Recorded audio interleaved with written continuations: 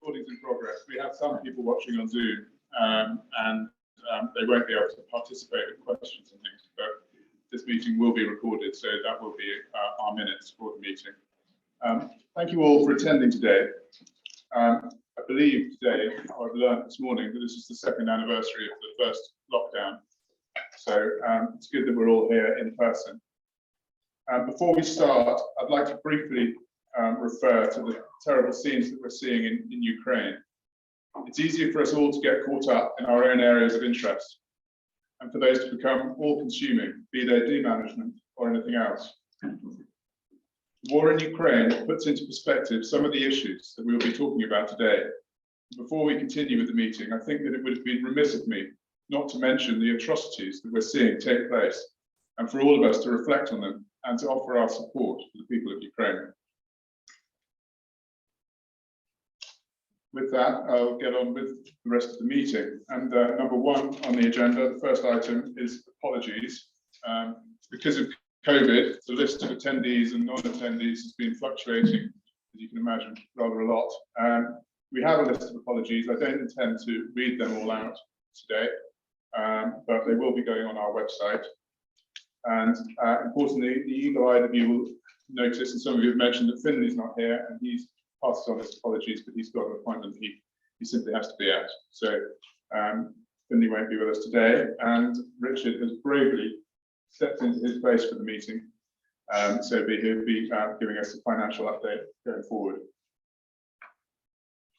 The last AGM, I think it was on the 23rd of June last year, and there's a recording online. So anyone that would like to check what happened at the last AGM, that is in effect our minutes. So there's a recording of everything that took place there, and there will be a recording of this meeting, going on to the website as well.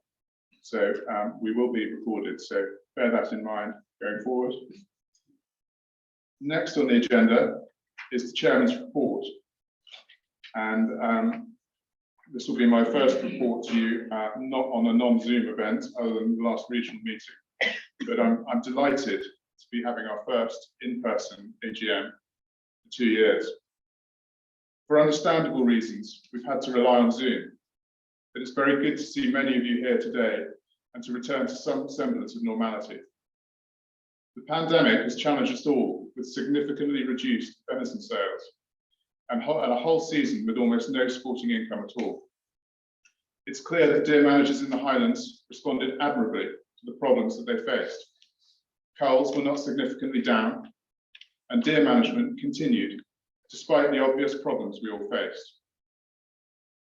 This was not the case in some parts of the country, but within the deer management group area, we can be proud of the fact that we carried on in the interests of deer welfare and achieving the population model targets set out in our deer management plans.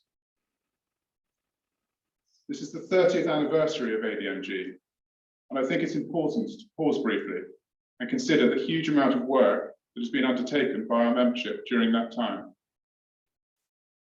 Deer management groups have come a long way, and in many ways we have pioneered collaborative landscape scale land management in Scotland. Whilst originally the membership was largely from a sporting background, it's good to see deer management groups now include deer managers from all land management backgrounds and interests. And this strengthens the work that we do. We have in place a system that works, and particularly over the last 10 years has risen to the challenges that have emerged. We have a falling deer population in the Highlands. We undertake HIA across huge areas.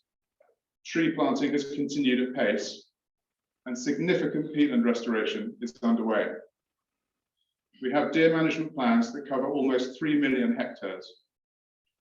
We've been assessed by Nature Scot 3 times, and we have shown clear improvements in the way that we operate.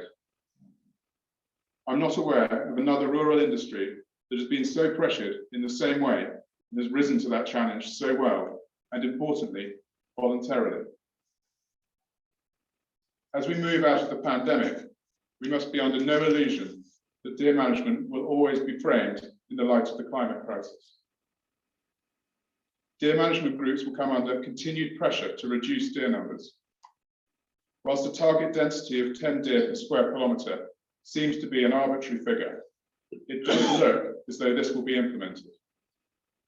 We already have fewer than 10 deer per square kilometre on the open range, and most deer management groups have population models aimed at reducing deer numbers. As we're all aware, different habitats can hold differing numbers of deer alongside other herbivores, and productivity can vary hugely. What works in the Angus Glens may not work in Argyll. I believe that we should be cautious about being compelled into implementing a one-size-fits-all approach based on what is, when all is taken into account, a meaningless metric. ADMG would like to consider whether there is a different, more flexible metric that could be used, and would be interested in working with Nature Scott on this. After all, currently we are basing all our modelling on a 5-yearly snapshot of a landscape. Now that we have HIA up and running across large areas, I hope that we'll be able to consider this further in conjunction with some sensible conversations about all herbivores and not just deer. The disconnect in policy between sheep and deer from Scottish Government continues to be a problem that doesn't currently appear to be taken seriously enough. Equally, I'm concerned about the introduction of a proposed cull approval system.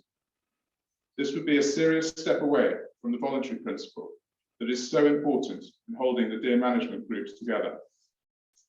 My fear is that groups might be used as the vehicle by which culls will be set by Scottish Government. In reality, we are staring down the barrel of statutory deer management, and this will, I believe, be detrimental. Progress has been clear and documented both by ministers and Nature Scott in their 2019 review of deer management. I am concerned that we're endangering the system under which so many improvements have been made. It is understood that Nature Scott will be undertaking a cost-benefit analysis of a cull approval system. ADMG will argue that as Nature Scott already sit in on all deer management group meetings and has an input to the population models that we rely on, it would be counterproductive to request compulsory cull targets, and indeed may even prevent people from undertaking collaborative deer management. We have already seen reductions in deer numbers in the Highlands and feel that this trend is likely to continue into the future without the intervention of government. I think that it's reasonable to ask the question, why are deer management groups put under so much pressure? It is clear that in the Highlands, we're one of the few parts of the UK where deer are managed collaboratively. It is also one of the few areas where deer numbers can be proved to have fallen. Where possible, we undertake annual foot counts, and we have the benefit of excellent helicopter counted data. We're very aware of the numbers of deer that we have, and we're working to reduce them further. There's little doubt that we're well placed to tackle the climate crisis. And I believe that we will hit the ambitious targets for tree planting and peatland restoration that we are set, but still we come under increasing scrutiny. We're all in agreement about the benefits of woodland expansion, and ADMG will continue to encourage its members to plant more trees where it's appropriate, or to encourage natural regeneration where this is possible. But in doing so, we must learn the lessons of the past. In the 1970s and 1980s, trees were often planted without considering how deer management might be undertaken in the future. Many of these forests now have a very high deer densities, and deer management has become difficult and expensive.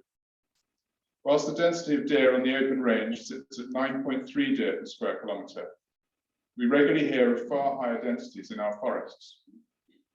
It would seem that we're at the point that maybe the deer that are coming out of our woodlands that should be the main focus, where once it was the deer coming off the hills and into the woodland that were often blamed.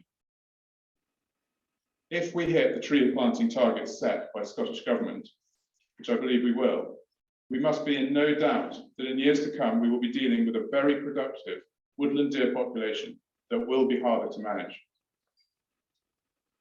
Forestry and Land Scotland have had years of experience in dealing with deer in woodlands.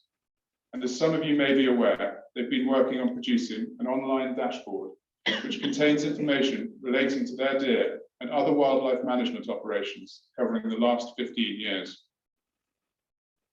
Contained within this dashboard is a wealth of data that helps FLS with their day-to-day management and plan for the challenges of managing deer on their land holdings. It will be interesting to hear more about this project from Willie Lamont of FLS, who will be talking to us later in the meeting. As we look to the future, habitat loss and reductions in biodiversity will be tackled through the Scottish Biodiversity Strategy, which has overarching aims to prevent loss of habitat by 2030 and to ensure habitat restoration by 2045. It will be the job of the new Strategic Deer Board, recently created by Scottish Government and comprising senior officials from public agencies, to develop work streams aimed at delivering deer management and the recommendations contained within the Deer Working Group report. You will be aware that many of the 92 accepted recommendations from the Deer Working Group report will require a change in statute. And it has been hoped that this could be implemented in the form of a new deer bill. It now looks far more likely that changes in statute will be contained within an all-encompassing natural environment bill. Whilst the idea of tidying up deer legislation is something that we could all have signed up to under a new deer bill, the idea of lumping all new deer legislation under a new natural environment bill will surely cloud the issue, rather than consolidate legislation. It is hoped that stakeholder engagement will continue and that the vital input of the practitioners on the ground will be valued. We will continue to encourage Scottish Government to give any new deer legislation the very careful consideration and scrutiny that it deserves. Over the next year, ADMG will take a lead and ensure that deer management groups are in a position to continue to maintain the high standards that they have demonstrated over the last 10 years. To this end, ADMG will be rolling out our own health check to deer management groups. This should not be seen as a negative process, but as an opportunity to flag up areas that ADMG need to provide support and guidance for groups. It will focus largely on those key benchmarking areas that deer management groups should concentrate on to ensure that they are operating to the best of their abilities. It is intended that this be an easy-to-use health check that will maintain the momentum of the past assessments, and importantly, we hope that deer management groups will be able to provide feedback to us. I don't intend to dwell too long on the issue of the ADMG logo. Some of you have kindly provided feedback, and one or two of you have even volunteered your own artistic suggestions, which were very gratefully received. My view is that we should have a simple, clear logo, and we will be asking an agency to provide a design at a reasonable cost this year. Our work on the Common Ground project continues, and we're close to achieving full funding for the next stage of this process. Occasionally, relationships within some deer management groups can be characterized by low trust, and with the priorities changing for land managers, we do need to understand better the barriers to successful working relationships. ADMG sits on the steering group of this project, alongside Plant Life Scotland, Scottish Land and Estates, Trees for Life, and Woodland Trust. We will also be providing some of the funding for the next stage of the project, which will be based around a civic mediation approach of accountable dialogue through a series of workshops, meetings, and a residential gathering, where it is hoped that stakeholders can explore some of the issues and barriers to successful collaboration. We'll be using the Civic Mediators Centre for Good Relations, who have been engaged in the first phase of this project, which included a series of interviews undertaken last year. So far, this has been a rewarding and positive project, and I hope that it will continue to encourage dialogue between deer managers with differing objectives. ADMG has been asked to present at the next meeting of the National Access Forum. So if you could provide us with further information on any experiences, both positive and negative, that would be extremely useful. Indeed, if we have time at the end of this meeting, I may ask for any feedback on that. I've been lucky enough to have been invited to a number of deer management group meetings over the past year. And as well as increased access, one of the topics that recurs on a regular basis is concern about wildfire. And we were hoping to have a presentation today with the Scottish Fire and Rescue Services. Sadly, this has had to be postponed. And I'm delighted to say that we'll be hearing instead from Professor Josephine Pemberton, Chair of Natural History at the University of Edinburgh. Josephine will be talking to us about red deer responses to climate change and outlining some of the changes that have been recorded in the population of red deer on the Isle of Run, a topic that is obviously of great interest in light of the work that many are doing in the Highlands to counter climate change. After nearly a year as chair of ADMG, I've been hugely impressed by the work that deer management groups continue to undertake voluntarily at their own costs in the public interest, and the positives are clear to me. In some ways, we've been the victims of our own success. By collaborating, sharing data, being open and honest about how we undertake deer management, we have in effect put a target on our backs, whilst others have slipped under the radar. But I believe that we can be extremely proud of much of what has taken place over the last 30 years. The improvements are obvious and have been accelerating every year. Whilst there are many sensible points within the Deer Working Group's recommendations, there are some over which we could certainly have very real concerns.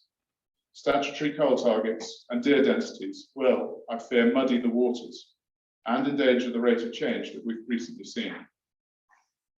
We must nurture the benefits of our collaborative structure and the important role that it plays in the welfare of our deer. I believe we can further reduce deer numbers in some areas and maintain sporting culls, but this needs to be done through careful population modelling based on evidence and not through statutory targets that may see some walking away from the voluntary process. In the summer, I intend to arrange another chairs and secretaries meeting to enable feedback to ADMG and, importantly, to consider what ADMG undertakes on behalf of members. It's clear to me that in another 30 years' time, collaborative deer management will be even more important.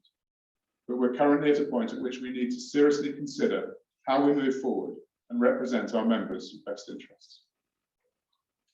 Thank you very much.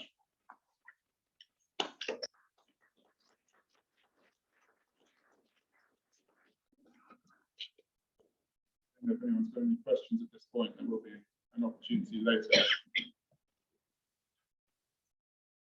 Take that as a no. Next on the agenda is the financial report, and as I mentioned earlier, Finley has lobbed that grenade to Richard. So Richard's going to be taking over at this point.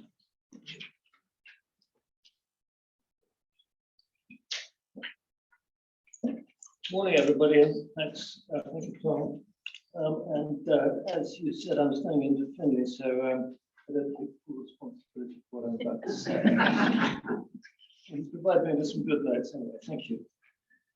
So can I start by thanking Claire Irving, who's not here but will be listening because she'll be recording this meeting, for her work in carrying out all the administration work, in particular the subscription processes for the ADMG. Critically important that the engine runs smoothly, and it does. And on her behalf, can I thank all of you for getting the figures in quickly when it's necessary to meet deadlines on the subscription calculation process. And while I'm on subscriptions, can I mention that we now have a new system with Forestry and Land Scotland where they pay their subscriptions centrally, and we provide a full analysis of how that's calculated. And I hope that is feeding back to groups and not causing any difficulties or misunderstandings at the moment. FLS is still making a contribution to local administrative costs for deer groups, so there is still a sort of double contribution mechanism going on there. If I could refer to the audited accounts, which should be in your meeting packs on your chairs, there is a COVID effect, unsurprisingly, although perhaps less than one might expect, in that if you're looking at comparative figures, and I've actually got 3 years figures in front of me, the income in 2019 pre-COVID was 134,000. fell during the first year of COVID to 116,000. And if as you know, the subscriptions are based on a 5-year averaging process, so there isn't an immediate impact of a reduced cut. So it's not a simple relationship. And then it came back again to about the same level as 2019 and 2021, 133,000. So it's pretty much back on an even keel. Operating costs also reduced from well, it was 123,000 in round figures in 2019. That was due to a one-off expenditure of 35,000, which was the health checks that we funded for all deer groups. So that was a one-off and should be disregarded. But the costs last year of 84,000 were very much the same as the previous year. Overall, we have good reserves in the bank of currently £228,000, and that is rather more. The policy is to maintain 1 full year subscription as a reserve, so that you cover eventualities of any sort that might fall us and relieve office bearers in the organisation itself from any risk. We're well covered in that respect, but that is essential at the moment because, as Tom has alluded to, we've got a number of probably quite expensive projects coming up, which we will need to fund. And just to run over those quickly, Tom referred to health checks. There's a carbon impact assessment project, which Dick, you probably referred to that in your report. Yeah. The Common Ground project that Tom referred to, DMAP, which Alan knows more about than anybody, and you might be invited to make a comment on this, Alan, I suspect. And then the Scottish Venison Association is, which I'm now the chair, as it happens, a graveyard for old lady MG chairs,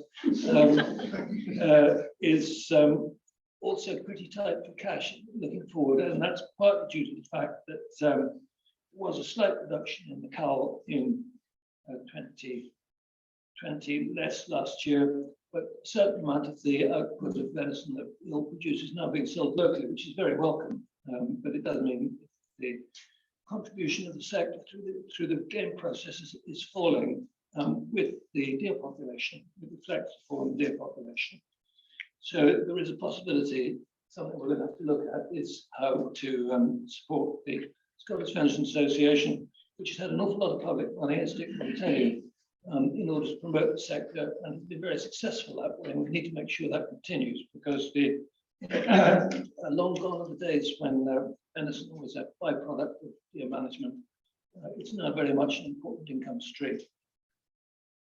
So that's probably slightly off the point, but so that is the accounts. And Tom, I think we need to look, for those who've seen the accounts, we've not had very long to look at them. I think we now need to propose them in a second that, so that we can sign them. So can I have a proposal for the annual accounts, Falk and Frost? And second, please. Well done, Alistair Gibson, who's slightly beat to Jonah. 2 second best. Right, if I can move on quickly then to the current financial situation. We're 8 months through the 12-month financial year, which ends on the 30th of June. Our income is pretty much on track to deliver the budget of 123,000. Our expenditure is running a bit behind at 85,000. Forgive me just giving you round figures, whereas it should be 90, and that's largely accounted for by a time lag on some of the project spend that I mentioned earlier. The annual year-end budget is a loss, actually, of 23,000, and we should slightly better that. And you'll see the results at this meeting next year. Finally, really on subscriptions, we're in the 6th year of current subscription levels. As I said, we're in a favourable financial position, and there's no proposal at present to adjust subscriptions currently. And if anybody's got any questions or challenging remarks, please feel free. In which case, I can quietly go back to table.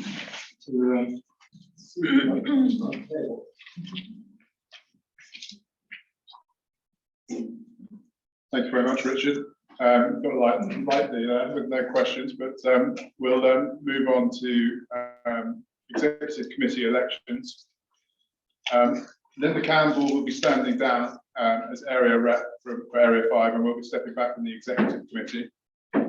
I'd like to thank Linda for all her hard work over the last few years and for helping those groups within Area 5 she represented. We're not going to be replacing Linda just yet, as I think it will be appropriate to review how the area system works and how we represent members across Scotland. In the meantime, if deer management groups within that area, who Linda used to represent, would copy myself or Richard Cook into their meeting invites, it would be helpful. If one of us could attend in the meantime, we'd be happy to do so, and it's a good opportunity for me to get to groups that I haven't visited yet. I've been to a few this year, but it'd be good to get around as many as possible, and that's a sort of reminder to groups that if you do want me to come along to your meetings, then I'm more than happy to do so. I think it's important that after being chair for nearly a year, we do undertake a bit of a review over the next 12 months into how we operate on behalf of our members and how we provide groups with support and how we can get feedback from you all. We're going to need a clear and consistent message going forward, as I refer to in my report, and I intend to review this over the coming months. There's nothing else that I'd like to say at this moment on the executive committee or any of those positions. We're going to move the agenda slightly because next on the agenda was a Venison update from Dick. Now, I'm sure you'll be delighted that you're going to be hearing that, but we will be putting in Nature Scott before that, because we're very lucky to have Nick Halfhide here. He's the Director of Nature and Climate Change for Nature Scott, and he's going to be talking to us about what might be coming down the line and what we can all look forward to over the next few years in terms of deer in Scotland. Okay.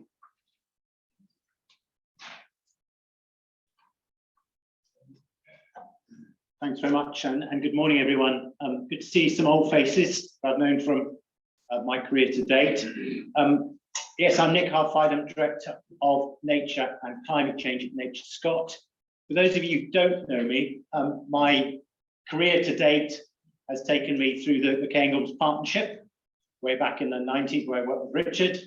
It then took me to the Cairngorms National Park, then took me to the Deer Commission for 3 years before we merged with what was then Scottish Natural Heritage, where I worked for a number of years.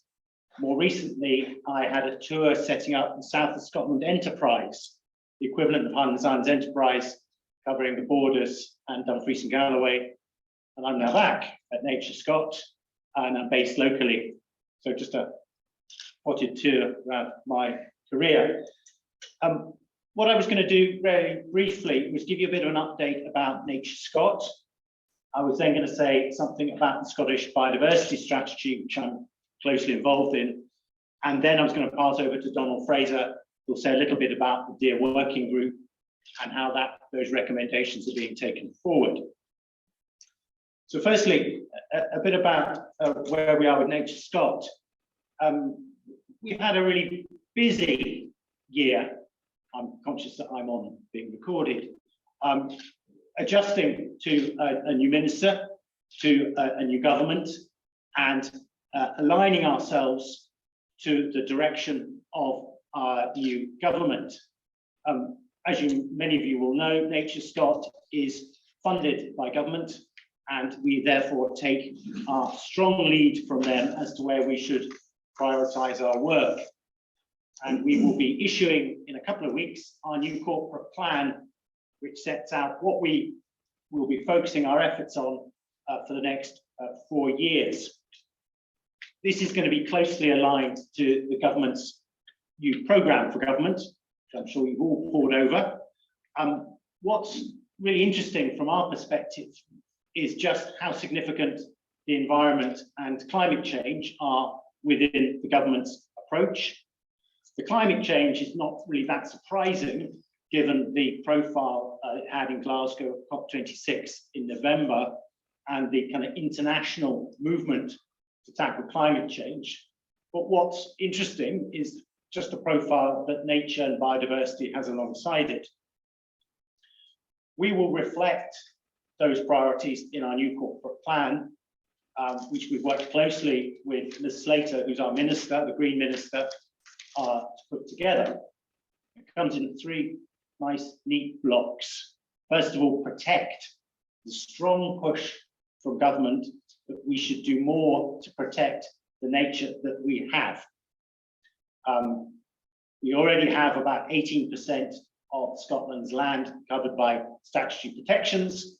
The government, and we will reflect that, wish to push that up to 30% by 2030. And so that's obviously a big consideration for us, is what that should look like. Moving from 18 to 30%, do we want just more of the same, or do we want something different? And I think we want something different in terms of how we provide that legal protection. In a way, it's even more dramatic at sea, and I know that's not what we're here to talk about today, but it's part of the context that we work with. Those ambitions are equally strong at sea, 30% protected by 2030, and both on land and sea having 10% that is highly protected.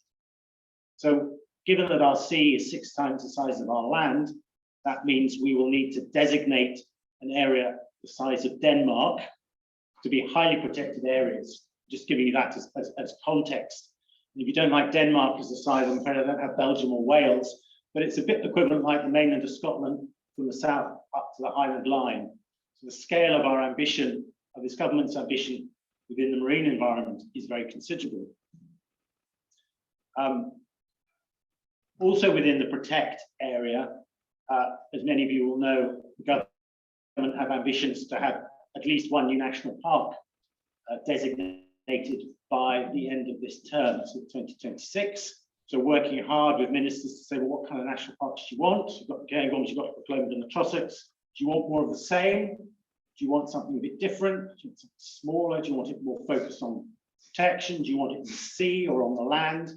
And how many do you really want, given the time scale that you've got? So that's another big piece of work for us.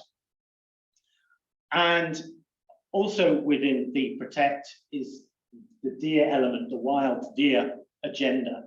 And as you will know, and be under no illusions about, ministers, particularly Ms. Slater, is very keen on reducing deer numbers. I take on board absolutely everything your chair has said, and I think it's really important that the points are made and the evidence behind that is fed into the debate, because ministers have a very clear view on this and about the pace in which they wish this to move. And it's important that that is informed as clearly as possible by the evidence that you gather from your groups and from the estates and from the considerable herbivore impact assessment work that you undertake. So that's protect. The second part of our corporate plan is around restore. Clearly, protection and restoration are kind of in the similar territory. But where the restoration kicks in is really, I would say, around the climate change piece. The evidence and the statistics, the data on which we move forward is providing greater clarity on the role that the land and the sea in particular have in climate change. The chair referred to peatland and to woodland planting, but it goes much further than that. Increasing evidence that the way we manage all of our land and our sea is not compatible with our climate change ambitions. Many of our soils, for example, or our marine sediments, not just peatlands, are emitting carbon at the moment, and we need to alter the way we manage the land and the sea to stop that. And also how we then use those same soils and marine sediments to sequester carbon. That's partly around, as I say, restoring peatlands, planting more trees, but it must go beyond that. And increasingly, we're also looking at how we prepare Scotland for the climate change that is already baked into the system. and what we expect to increase in the next couple of decades beyond that. Although, sorry, I feel as I'm on a soapbox. Although in Glasgow, the world signed up to ambitions that would take us near to 1.5 increase in temperature, we think the best, most prudent approach is to actually make sure that Scotland is adapted for a 3% increase. Because we can do what we like in Scotland, but it's what happens in China, America, India, etc., that really matters. And I think we need to be cautiously optimistic and also skeptical about the amount of progress some of these major economies can make in the timescale required. So a major push on restoration, particularly around soils and marine sediments, and that's throughout Scotland, land and sea, not just in protected areas. Come back to Scottish Biodiversity Strategy. Thirdly, third element here is value. The importance of working with people throughout Scotland, urban, rural, island communities, to really value nature. And this is not just, oh, isn't it nice to be out, that we love being out on a lovely day. It's also about the importance of nature and natural systems to our economy, to our livelihoods, to our well-being, and also our future. Any of you who've seen some of the coastal impacts and climate change modelling might begin to get a little bit nervous about some of the potential impacts coming our way, and also some of these major climatic events, these one-off events, which we've always had, but which are more extreme through climate change. So how we value the natural world on which much of our culture, our livelihood, and our health relies. So that's us, the Nature Scots. And I've laboured that at some detail because all of those messages will also be reflected in the Scottish Biodiversity Strategy that the government are putting together. This is seeking to halt the loss of biodiversity because we are still losing abundance distribution of our species at a dramatic rate.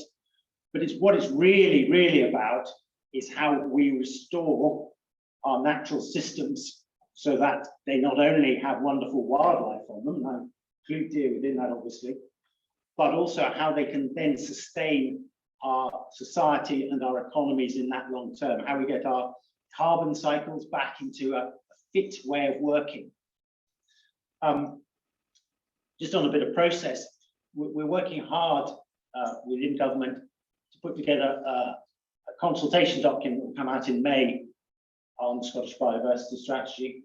What that will do will set out what we think the outcomes are that we need to reach 2030, 2045, what the main piece of work we will need to do to deliver that, and also, crucially, why hasn't this worked before? What is it that we need to change about the way we go about delivery? And some of that's about legislation, some of that's about funding, but quite a lot of that is about governance. And that word, governance, usually sends people to sleep, including me. But what it really means is about how do you actually get stuff happening? And what your chair's already talked about is how do you get deer management groups, other groups, working as well as they can and giving them the resources and the flexibility to actually drive the change that's needed on the ground. So governance, when you see it in the consultation, is actually really, really important. And it's in an area I think that you and other groupings need to be really strong in saying, we exist, we're here, we can do this, but let us do it. And make sure that the conversation that's then followed that lead into legislation and funding are as robust, as evidence driven, and get away from the stereotypes and all the misinformation that often clouds these discussions. Just a couple more things, and then I'll pass over to Donald for the detail. A couple of things about the broader context. Talked about legislation. 2023, 2024 are going to be really, really busy. It's not just a natural environment bill, it's an agriculture bill, it's a land reform bill, it's probably a grouse bill.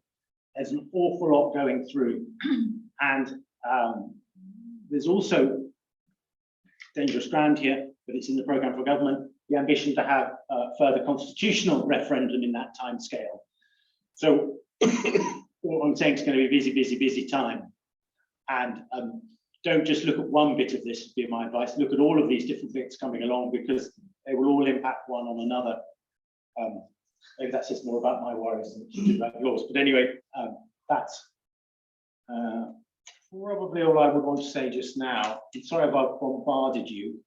I'm happy to pick up on any of the detail or any of the kind of broader messaging. But it's okay, I'll pass over to Donald and he'll just take you into a bit of the detail and idea.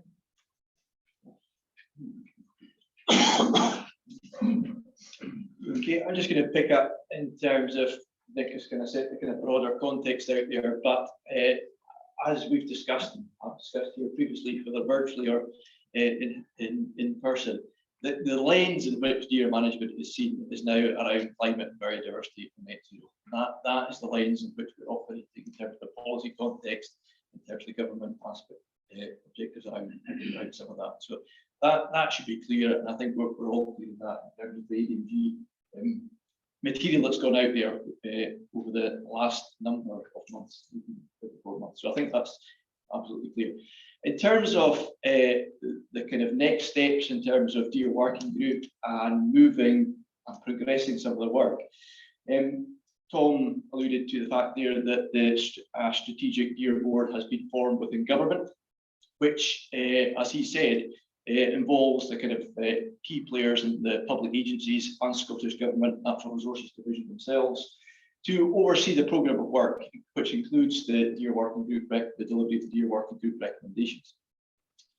And this group is going to take the oversight of that, provide the leadership and the direction, and that will become more visible, I think, over the coming months as that develops. Clearly, there's key organisations in there, Nature Scott being one of them in terms of the regulator and advisor to government and deer, but the other agencies play their part in terms of the delivery of that. There are 4 kind of aspects to that work that will be taken forward, 4 work streams around that. So the legislative aspect, which both Tom and Nick have alluded to there, and roughly 50% of the deer working group recommendations reflect some aspect of legislative change. So that will be taken forward through a work stream, looking at the kind of policy intent around that, looking at the objectives in terms of delivery of that legislative. But it's really about removing barriers to effective control, making sure welfare is at the heart of that, and making sure that we've got a modernised legislative backstop in terms of deer management. The mechanism for that, in terms of the legislative route for that, is not clear yet. And Tom referenced the National Environment Bill, Nick referenced a whole range of legislation that's coming through. We will see in terms of the Scottish Government, Scottish Parliament, as to what route that will come through. But we're expecting that in 2023 in terms of working towards that. The second bit of that is around in the incentives there to support effective deer management going forward.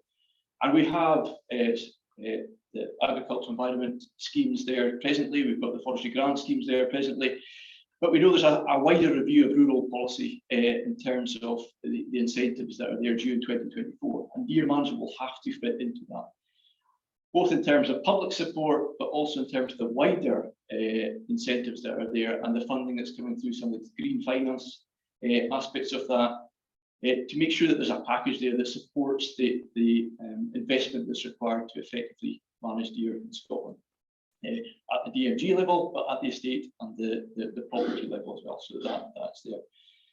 And it's not just about the estate management, it's about the infrastructure that's there to support that. It's about the markets that there in terms of venison has been touched on, but it's also infrastructure across the country in terms of lardering, because it's not just all about upland deer management. I know that the focus here in terms of ADMG will be on that, but from our perspective, and quite a key theme of the deer working group report was that that deer management has to take place across the whole of Scotland. ADMG and the upland deer range is about 14%, just over 40% of Scotland, but we've got the rest of Scotland to think about. And there are other challenges there in terms of how we manage deer effectively for these biodiversity, climate, net zero aspects. The third aspect that is going to be taken forward is the regulation around that, and that is obviously linked to the legislative aspects of there. There's currently regulatory approaches to the Deer Scotland Act, which Nature Scott are responsible for. but there's also wider regulation there in terms of how forestry is regulated, agriculture is regulated, and bringing that together so that we are taking a more holistic approach, as I think Tom alluded to, about the wider herbivore impacts of what that is, that's taking place. Clearly, deer density and impacts are a key part of that, and making sure that we have good information to back up the regulatory approaches that will be used. The CUL plan approval and return system is obviously part of that discussion and thinking, and Tom alluded to some work has been done to progress that in terms of thinking how that might work. Whether that moves from a more voluntary approach to a more statutory approach will be taken forward in terms of the discussion around some of that legislative progress as that goes through. But there is a shift there to make sure that we have robust systems in place to deliver for climate and nature, of which deer management is a core part. And then the fourth part of it is around the kind of operational delivery. And this is really taking a more of a joint working approach. So folks will probably be aware of several years ago, we had a joint working approach to dealing with protected areas, designated sites, to make sure they were in favourable condition. Well, a similar type of approach will be taken forward with the public agencies to look at the wider context of deer management, to deliver for biodiversity and climate, but also agricultural impacts and public safety, and to make sure that we've got a programme of work that reflects that across Scotland. And the outcome of that, I think, as everyone here has alluded to, there will be reduced populations of deer in Scotland, whether that's at a local basis, at a regional basis, or at a national basis. That will inevitably be the thrust of that on the outcomes of that. That whole package of work there is significant in terms of its scale and extent, and the pace that I think Nick alluded to in terms of the expectations around some of that are high. So in terms of how we ourselves in Nature Scotland will reflect that, we are, as Nick alluded to as well, our new corporate and business planning approach is coming forward for the next 3 years. There will be a greater focus on wildlife and deer management as part of that. The resources that are going into that will increase to support that. Our ways of working across the organisation will change to reflect that in terms of being more adaptive in terms of how we set ourselves up to deliver that at an area, regional basis and at a national basis, because there are significant projects in there in terms of deer working group report that has been taken forward, but we're keen to see delivery on the ground about the reduction in impacts and the outcomes from that, whether that's better condition of peatland, whether that's better condition of our native woodland, whether that's through woodland expansion. So some of that key big outcomes that we want to see delivered.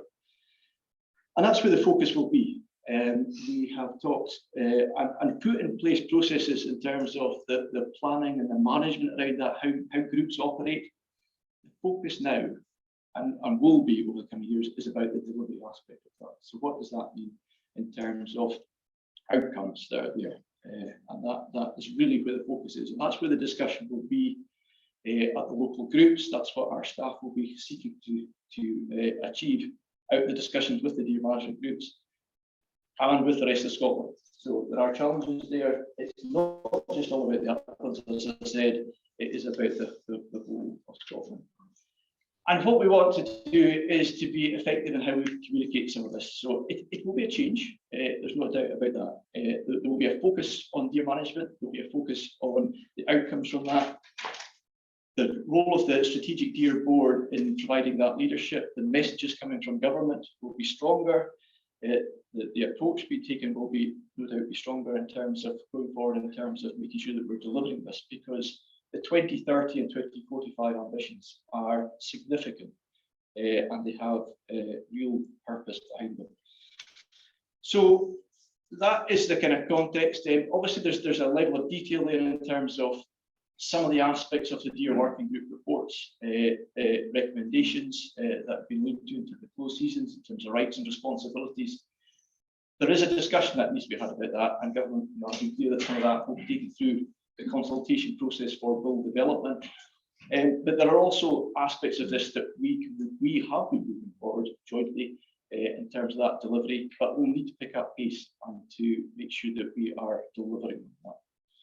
So I think that's the key message, Tom. Yeah, happy to take questions. I'm sure of this.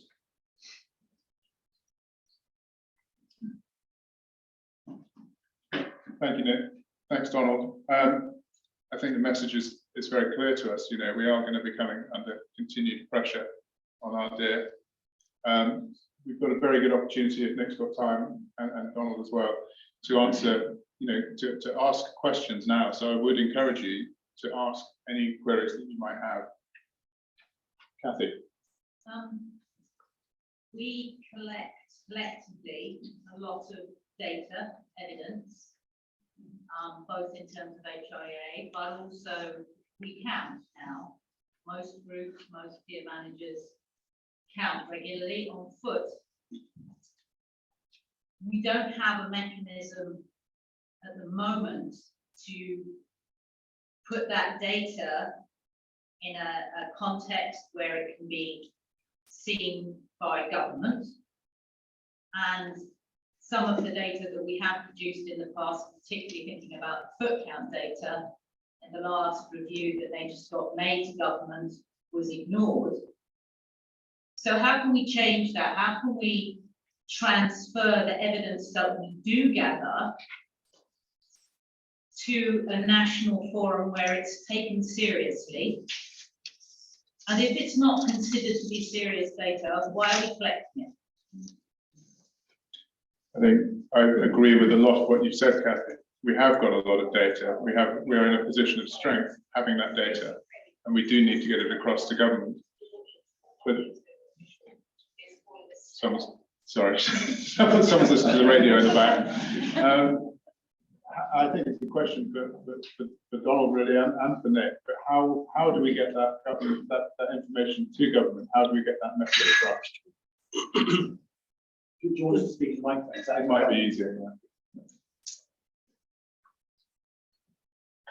Kathy, thanks. It's a really important point. We were talking about it before. We have to make sure that the way we take forward deer management is informed by the evidence. And you clearly do that at the local level, but we need to make sure that evidence is aggregated and informs the debate, the way we are moving forward. And this will be particularly important in the run-up to the legislation, whether the deer bit's in the Natural Environment Bill or elsewhere. It's about marshalling that so that it is clear. Donald, you may want to talk a little bit about the detail of how that might work, or is it working? Yeah, I mean, the data is key in terms of that. And it's about the trust, in gathering that, the validity of the information and building around some of that. And we're keen to make sure that that's open and transparent. So one of the issues that we'll be dealing with is about how more open and transparent we can be with the data that we hold and share. But equally getting that from the deer management groups, the whole citizen science approach is really important. The whole range of this work that's been taken forward in terms of biodiversity and climate. The DMGs and the estates have an opportunity to do that. I think that it also builds on some of the work that Alan's involved in terms of just the ways of working and making sure that validity of information, the working between the different people involved in this is clear and there's an understanding there. But the data is really important. The mechanism for that, I think we can work on in terms of making sure that that's open and transparent. Whether that's a central database, and we've got Willie Lamb here, I think, talking about how FLS holds some of that. It could be a mechanism for doing that. There's other aspects out there of doing that, but there's the options there for doing that in terms of the detail of how that works. But keen to make sure that, yes, we share data, we're open about data, and that the basis of that data collection is clear in the methods. Well, I suppose the only counter to that I would suggest is that where the data doesn't speak to the national policy rhetoric, it's ignored. And if the data doesn't speak to the thought that there are too many deer in Scotland, it's not relevant. And you can't pick and choose. Sorry, I meant to mention that earlier. This is a dry run alarm. We don't have to leave the room. I forgot to mention it.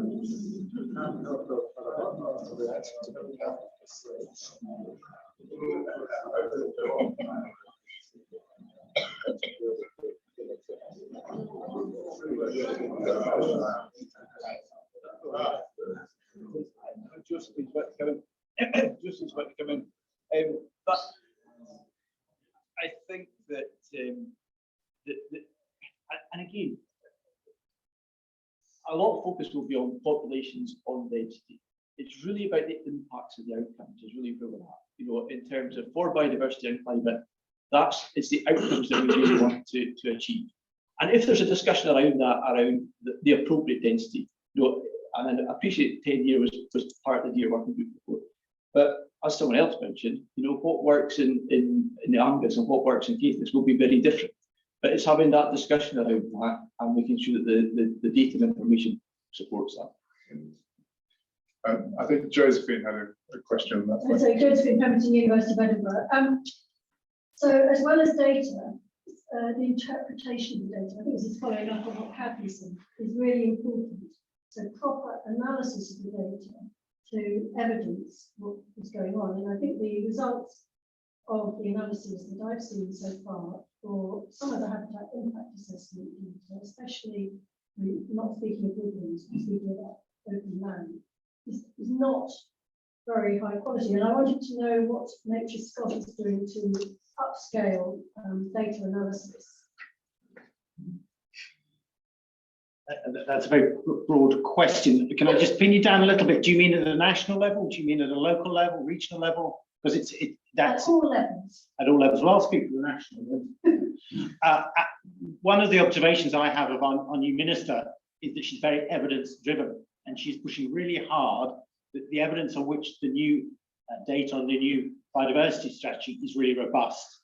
So to address that, we have been using a group of eminent scientists in the scientific advisory group to challenge the evidence. And we've also been using RESAS, which is the internal Scottish government, I don't know what RESAS stands for, scientific analysts and advisors to double check that the evidence base supports the ambitions and that it's not being driven offline, as it were, by false data or prejudice. So I'm encouraged at the national level that will continue. And if Kathy and others, we have that data, we need to make sure that it is on the table and is clearly peer reviewed, because I think it will be listened to at that national level. At the local level as well. So we have built up quite a good evidence base in terms of the data that's been collected in the last 10, 12, 15 years in terms of habitat impacts. And that, I wasn't warned about this one, but I'm going to assume that it's practice. and so there is a bit of work that we are doing to look at that in terms of can we identify regional data that comes out, regional trends that come out of that in terms of looking at impact and population. It's not just about impact and population, it's about occupancy. It is more nuanced than some of that, but there's a whole body of work there that we've taken forward in terms of link with the Deer Working Group recommendations, but to make this link between populations and impacts. I think I'm correct in saying also that there's going to be some best practice guidance down the line on basing, HIA data and how you set your cards based on HIA data as well. So on a local level, that will be coming into. So, was the use of drones considered for the counting to save costs of helicopter counting? Is that progressing or attention? So I think we had an update at the last meeting, but we took forward a bit of work through our government sponsored scheme, looking at different technologies for counting, and we looked at aerial, drones, fixed wing, and satellite imagery as part of that. That was a 2-year project, which is just, the report is just about to be produced on that. There's some quite good work there in terms of what can be done. The issue, a couple of issues out of that is that the technology is not quite there yet in terms of A, the scale that we can operate that at, and B, the cost of it is quite high. So it's still high. I thought it was so much cheaper. No, it's not. It's cheaper in terms of the carbon cost, certainly, but the actual cost of the monetary cost of that is still quite high. just in terms of scale it can be done. But it is emerging technology. It certainly has application, particularly at the smaller scale, whether that's in and we're doing a bit of work now in the woodland context to see that how that can be done. But also developing that at looking at the habitat impact aspect. So what can technology bring to that in terms of monitoring the impacts around some of that? So there's a whole body of work there that's continuing to monitor. Any other questions? Dick has a question. Yeah, I mean, I guess I'm probably not the only person that's wondering this. It's not just about the uplands, and I wonder if the focus is really equivalent for pressure on deer numbers on low ground, farmland, and in commercial forestry. Because for upland, as we've heard, you've got a lot of data about deer, about impacts, and there's a defined management structure through the DMGs, which can be lent on. And I think lent might be too gentle a word, but is this really where the major challenges now lie? And if ADMGs represent 40%, then what can we anticipate is happening for the other 60%? And is equivalent pressure being applied there? I'll say a little bit about the generalities and then Donald will come in particularly to address the lowland. The reality for delivering the Scottish Biodiversity Strategy is that we will need to look at how all of our land is managed at a landscape scale. And therefore we will need, in terms of governance, we will need to have ways of managing at a landscape level. So if ADMDG the Deer Management Group system didn't exist, we would probably want to be setting it up for the highlands. What we will need to do for the lowlands is set up the important landscape scale ways of managing, not just for deer, but for a whole range of other species, and particularly at a catchment level. What we will need to do is to be able to see how each landscape scale is being regenerated, not just for the nature benefit, but for the carbon benefit. So I think we can see, looking forward, a much more an increased focus on that regional management at sea as well as on land for that matter. That's the generality of where I think government is going, and government I mean at a national, local and regional level. But in terms of lowland deer, so I think the answer to that, Dick, is that probably not as it stands, but as we move forward, yes, that is. And that's the whole reason to get this kind of joined up approach across public agencies, so that in the woodland forestry context, we are using Scottish forestry as part of that in terms of the regulatory approaches and nature scope in there. And in the lowlands, we've got the agricultural departments of government in there, the policy and the delivery side of that as well. So there will be more of a focus going forward on that, because the delivery, as Nick has said, it's not just about the uplands here. It's clearly there are important areas there in terms of particularly the peatland resource that is there, so critical in terms of the carbon sequestration aspect. There's a big woodland focus in that area too. But yeah, throughout the rest of Scotland, we've got to make sure that a similar approach is taken in terms of our efforts across the piece. And that's where the change in terms of some of the ways of work, Nature Scope's working and the other public agencies working will be, so there's an equal focus on all parts of Scotland. I think that's a really important point that Dick brings up. You know, I live on the southern fringe of the Deer Management Group area, and I can assure you that the red deer don't stop. And at the A83, they continue going down, but there's no collaborative structure beyond that. And there's no real effort other than by myself to encourage deer management in those areas. So I think it's really important. Any other questions? Richard. None of the acts I can indulge myself a bit more challenging. If you flog a dog for long enough, and look at you, Nick, flog a dog for long enough, it'll run away, but still keep doing it. And as Tom said in his opening remarks, we have in a sense put a target on our back by making the upland red deer sector visible. And going back to what Dick said, as opposed to the largely invisible, and I know this lowland do have that experience, and in the lowlands, which actually is where much of the increase is probably taking place. So if the government wants the present trend, which people in this room and beyond them are willingly involved in of reducing their numbers to continue. Don't forget the importance of hearts and minds, because the delivery is the people in this room and the others in the sector. And if you lose the argument with us, then you're going to have a much bigger problem than you have at the moment, where actually the direction of travel is very much in line with the agenda. I can't probably speak for everybody in this room, but I'm sure I speak for a lot of them in saying that we understand the challenges of the climate agenda, we understand the challenges of the biodiversity agenda. We're on side, we're pointing in the same direction, we want to work with you. SNH and ADMG have and now HSCOT have an extremely good collaborative relationship over a very long time with not many glitches. If that's going to continue, and it must be in the public interest that it does, then do think about the hearts and minds.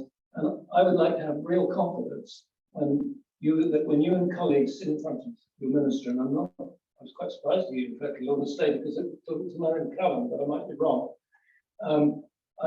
I would like to have real confidence that you say, when necessary, you say, Minister, you've been misinformed. That's not quite right. That's not the way it actually works at the moment. Because so often we're faced with a historic view of deer management, which is 10 or 20 years behind the present. And it creates prejudice and antipathy, which is extremely counterproductive. So let's continue to work together. We rely on you to explain how things are actually working, and not to be for a second complacent, because there's a big job to do. We all accept. We really need the government to focus on the things where things need fixing, not that they're already actually working quite well.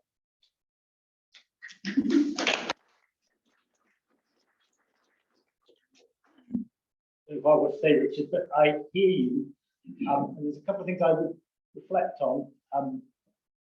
We are within NatureScot really supportive of deer management groups. If you didn't exist, we would have to make you exist, create you, somehow make this happen. And one of the key messages we do give to ministers all along is, if you didn't have this voluntary effort going on the ground, who would shoot these deer? Who would maintain or even reduce numbers? So we do absolutely support the work that you are doing to ministers. Two other points I'd make is, one, you're right, Ms. McCallan is in charge of deer, but there's more than one minister who you need to speak to here. And this Slater, Lorna Slater, is driving the biodiversity agenda.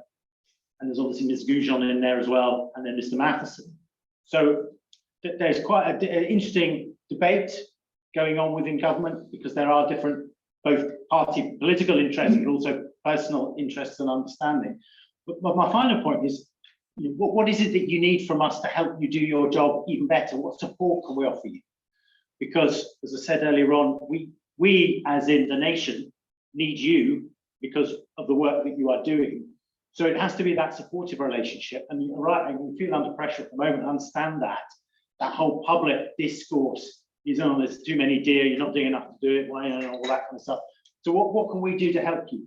And if that some of the conversation can focus around that today, then we're all ears, because we need you, is the bottom line. Ooh, I provoked everybody, oh dear. I mean, I think, just briefly, I think the thing that you can do is take our message back to ministers and just keep on at it, because we are vital to managing deer. We are getting deer down. We've wanted in the past, I'm sure many people in this room have wanted to plant trees or do peatland restoration, but have come up against serious barriers to that change. And I think the message is, people want to do this work, but enable us. Alan. Two things. Our next stop then have funds to do what you say you're going to need to do. You're under-resourced at the moment, you're losing people who don't have else, so these things that are there, you don't have the funds to do that. But more importantly, probably to sum up what they said, strategically, the Scottish government tends to centralise things. They say they support the communities and everything else, but actually there's a disconnect what actually happens on the ground and what happens in government. And I see it in Venison as an AGM, I see it in the cropping area as well, and see it in agriculture. Agriculture is involved in quite a lot, and you say things historically, and they just don't listen. You go through the consultation, and they just don't listen. I'm not saying it happens the whole time.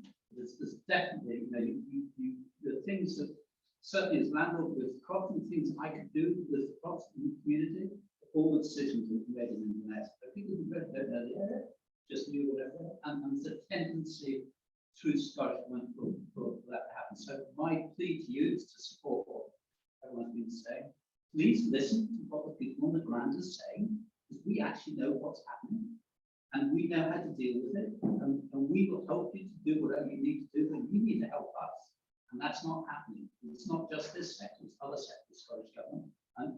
And I know you're not a politician, I know you can't ask for politics, but when you get a minister, Green ministers say to one of our sister organisations, not even prepared to talk to you, because I don't like their organisation for whatever reason, not even prepared to even talk or listen, that's really scary. I just hope that the ministers who are involved in this will take a good view and actually listen to what we say and talk to us, because it's not happening. Well, as Miss Slater, she was listening in. Oh, yeah, no, I get that, and I'm not a politician, but the message that is coming through the discussions with stakeholders and that we are giving up to ministers is that if you want to deliver these biodiversity targets, these climate change targets, you need to enable, support delivery at a local level.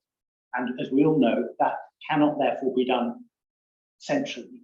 You have to empower people, give them the tools and the passion and the understanding and the freedom to work locally. So that message is going through. Let's see how it lands. On money, this year is difficult. The year we're about to go into, the financial year we're about to go into, is difficult. We at Nature Scott have a flat cash settlement, which means we're kind of about 4 million less than we had spending power than last year because of inflation, etc. But as Donald said, we are putting more effort into deer management support than last year. So we are prioritising this. We're finding the money to do it, actually alongside the marine work I talked about and a few other areas. And therefore, we're having to make some hard choices about where we withdraw. But we're not withdrawing from the wildlife management sector, from deer at all. In fact, we're withdrawing more from some of our people work with the health boards, for example, and some of our active travel work. That's deer coming up. The real prize in all of this, for us anyway, and I think for the sector, is in the comprehensive spending review, which will set the budget for the following 3 financial years. And that is a very active conversation that's going on within government at the moment. So if you have any opportunity to influence that, please do. We are putting in a really strong pitch to say, not just for Nature Scott, because we're a relatively small budget in the great scheme of things, but for the whole agricultural budget, for all these other budgets that impact on rural Scotland, that if ministers really want to achieve their climate change and the nature targets, this needs to be a really strong area of investment. And I'm shamelessly pushing the climate change agenda because that has real traction within government. And what is clear, you can de-electrify your power, you can de-electrify your heating, but it's actually about 40% of our emissions, and and that increases over time, our long-term management of our country has to come from the way we manage the land and the sea. And that penny is dropping. So I have to be an optimist. I'm hopeful that that money will begin to flow into the sector, the broad land and sea management sector. And obviously we would need a slice of that to help with our regulatory and advisory elements. So ever the optimist. David Allison. I'd just like to say that, I think there's a lack of recognition that we have a lot of shared values. So, as deer managers, we've been on a journey of discovery through the whole assessment process. We've actually discovered, quite a lot of us, have a lot in common with the aspirations of the government. But like that, we communicate the power of the we. And it's kind of echoing what Richard said, but it's really quite important. That's recognised. We're learning together as we go along. And I know that there's going to be a change in regulation, there'll be more robust, there'll be a firmer approach. We'll have to accept that. We just have to move with the times. I think it's important not to be feel downtrodden, but embrace the opportunity to think differently. It's really welcome, and I think you're right. I mean, you're slightly speaking to the converted with me and Donald because of our backgrounds here, but absolutely, that's a message we can continue to take and make it hear more loudly. And obviously, any opportunities you have as AGMG or as individual deer management groups or estate, the thing we've always found, it's easy to say, get the minister out. I've always, as soon as I was environment minister, the first thing was get her out in a helicopter, show her the scale of the work that's going on. And then it's been a her for ages. And that seems to really just focus their minds. But I'm sure you've got that kind of engagement plan in your sites. Well, we do endeavour to engage, but we don't often get the opportunity for meeting, despite requesting. We've asked lots. So we do continue to do that. We have been meeting recently with the Director of Environment and Forestry in Quinlan as well. Yeah, but it may be again something I'm picking up messages that we can take back and feed in quietly, and I think this will be one of them. Not only Ms. McCallum but Ms. Slater. It's nothing to be afraid of. Just go out and about, see it, and that will help. Well, I would be delighted to take either MSP onto the hill. Yeah. I think the point to Powerpoint, just following up what Richard said, areas that we operate out with the core deer range, landowners are generally nervous to have what goes on in deer terms of their land countryside in any way. They've seen what's happened to ADMG and to deer forest owners, and they don't really want any of that. So we did a new platform where people can engage with government with confidence and not feel as though they're But I think conversation is, you said that the minister has a clear view. Whose clear view? And I don't think that clear view is representative of this room. Everything that we've heard today is that the ministers are not listening, or don't want to listen, or don't want to see. My ask of you, which has already been said by Tom, ministers are welcome any day onto probably anybody's estate in this room. They need to take up that opportunity, because if they want to meet the targets that they've got, can't do it without us. So come and see us, come and see what we're doing, because actually we're ahead of the game. We're well ahead of your aspirations. David Campbell. It's slightly a lot of topic there. I'm going to move it away a wee bit if that's okay. I want to ask Donald a bit more of a technical question about the population control plan approval system. The two groups I've been involved with over the last number of years actually already have this in place. We sit down with the SNH deer officer, we discuss population, we do a population model, we set ourselves kill targets, and we achieve them. I'm trying to understand how this new system, which seems to be just a bit more enforced than what we're already doing, and it's a sort of resonating comment, but it's going to push people to do stuff that they're already actually doing because they're not doing it exactly the way you want them to do it. Is it really beneficial to the sector, or does it create a bit of harm? Because I think we're already doing, well, most groups are already doing a population culture and come. I mean, I think, David, the answer is that where that's happening and it's working well, there's nothing to fear from that model, a more regulated model along that line, because that is exactly the process of things. As we said, deer management groups cover 40% of Scotland, and there'll be, there's different, that happens to different degrees across that for the odd deer management groups in there. I think everyone agree that the groups operate differently. We've also got 60% of Scotland out with that in terms of how we engage and get effective deer management done, whether that's in the woodland sector or the agricultural sector. So there are benefits in that in terms of making sure that everyone comes up to speed in terms of doing that. But I don't think there's anything to fear from that kind of process in terms of. I'm not fearful of that. I'm just trying to understand what we're trying to create here, because we already see how the chicken, and now we're trying to create an egg. Yeah, again, it's not. It's about. So that's a recommendation from the deer working group report. Clearly, in doing that across the whole of Scotland will be quite a significant cost in doing that in terms of resource as well. So we'd have to prioritise how that was done as well. So the mechanism for that here, having the mechanism for allowing that to happen where it's required, is really important. the actual application of that, we'd have to look at in terms of where that was required and needed. But where that's working well, as I say, there's nothing to feed in that growth. Lindsay, you've been very patient. No, not at all. I just wanted to pick up on the protected area target, that's 30% by 2030. So that's obviously almost double what we've got at the moment. Have you, or I suppose it's just to what extent landowners will be involved in some of that discussion and the whole process of doing that? And the next question is relating really to future grants and funding. Will that be where the priorities are to put funding in the future? I'll answer the first. I'm quite sure I've got the answer to the second. So stop me if I'm bluffing when I get the second point. But the first point is hugely ambitious.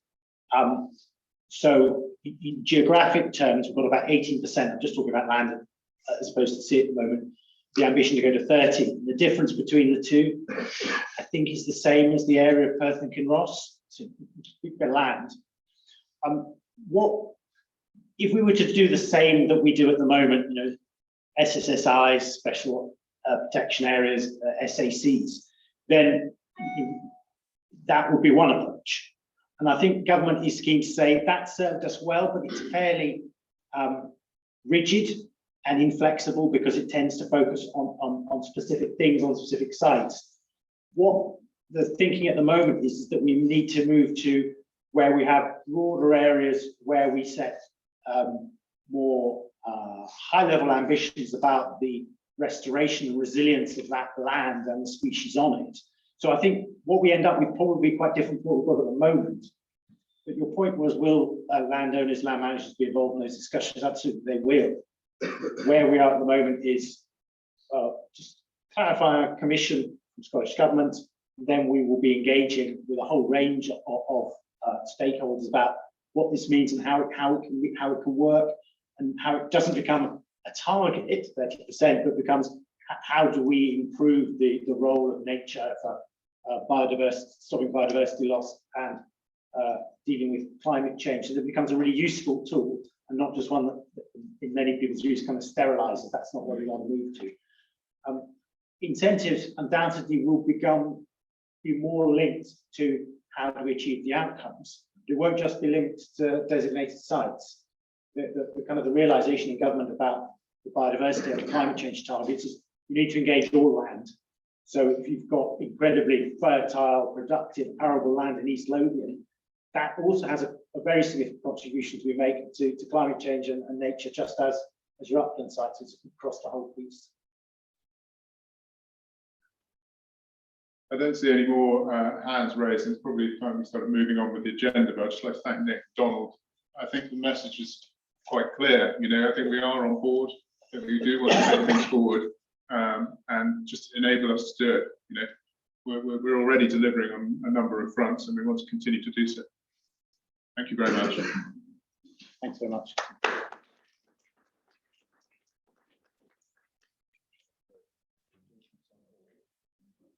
And Nick's got to leave now. He's not running away after that questioning. Dick, you're next up on the agenda with the Venison update.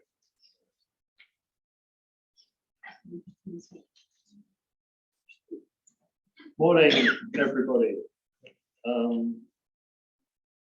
I think it's been a tough year for everyone on the venison front. And 2 years on to the day, we're only just coming out of the shadow of COVID. But that recovery does at least seem to be happening faster than anticipated. The closure for lengthy periods of hospitality, restaurant, catering, food service and event sectors through the pandemic was a huge blow. But conversely, retail sales have been strong and continued to grow, and the inevitable strictures placed on producers by food service market constraints and the drop in venison price have also encouraged new thinking and entrepreneurial spirit on breaking the mold. We always did it this way. For quite a few, no longer applies, and they're finding workable legal alternatives that would not have been considered pre-COVID. And that's brought benefits for those who have taken a leap of faith. There's also the backdrop of a climate emergency.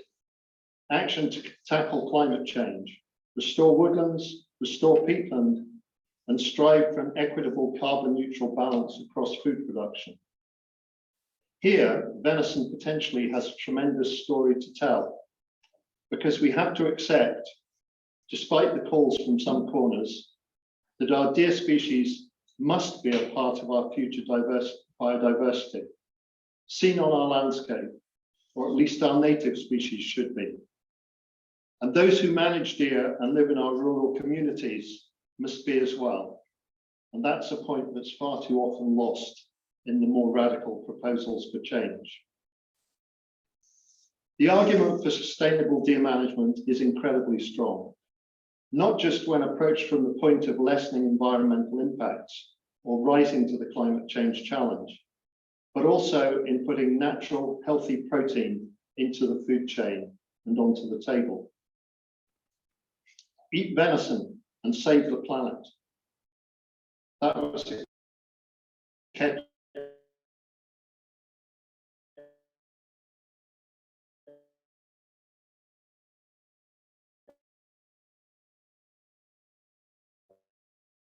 catchy headline in the food deer management and venison production.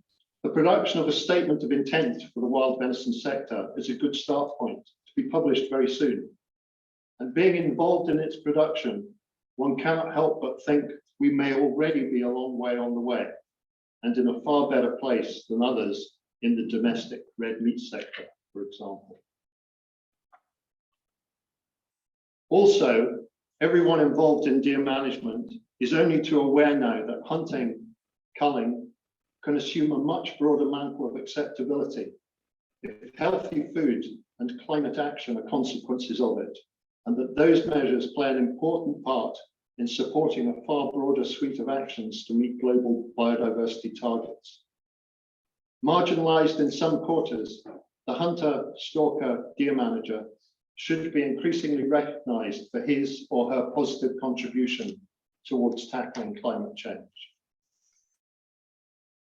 With regard to the market, the good news over the last 2 years has been retail, where we've benefited from research by both Kantar and the Knowledge Bank, funded to the tune of £20,000 by the Scottish Government, and assessing the position across the whole UK. This has been the first dedicated research commissioned for the venison market in the UK, and in filling the knowledge gaps forms an important part of the Scottish venison strategy. We need to know what's happening in the market, not just by guessing or by relying on anecdotal feedback, but we need reliable market intelligence. At the end of 2019, just pre-COVID, Kantar's research showed that retail sales of venison were up by 20% in volume and 12% in value over the same period the preceding year. Follow-up research 9 months ago by the Knowledge Bank showed retail sales continuing to rise by 20% in Scotland and by 30% in London and South East England against the equivalent period the year before. The Scottish Government, after a successful bid by SBA, also funded a 6-week, £60,000 online marketing campaign in spring 2021 to support Scottish producers and processors, but which, regardless, will have benefited the venison sector across the whole of the UK. But I've said the downside of COVID has been the stop-start of catering and food service, and after a significant period of shutdown, that has taken its toll. Figures vary, but this might account for as much as 60 to 70% of total venison outturn in a good year. And it continues to be a fight to win this back, because venison, both premium cost, is also high risk in terms of menu choice. This uncertainty has been exacerbated by exports also. Brexit, without doubt, has taken its toll. And while initial struggles to ship roe and red venison to Europe were severely tested, processors have now found their way through that mire, we hope, although that has meant more red tape and higher costs, brought about by single loads rather than by groupage, as was possible previous to Brexit. The other bonus, if there can be one from COVID, has been that the industry has been forced to think about other markets, about local markets, about supplying local butchers, about setting up standalone estate outlets and venison sales, about local processing, about a return to mail order, about winning media coverage, and beefing up presence online. All of these have been positive steps, and a number of producers have seen the benefits from that.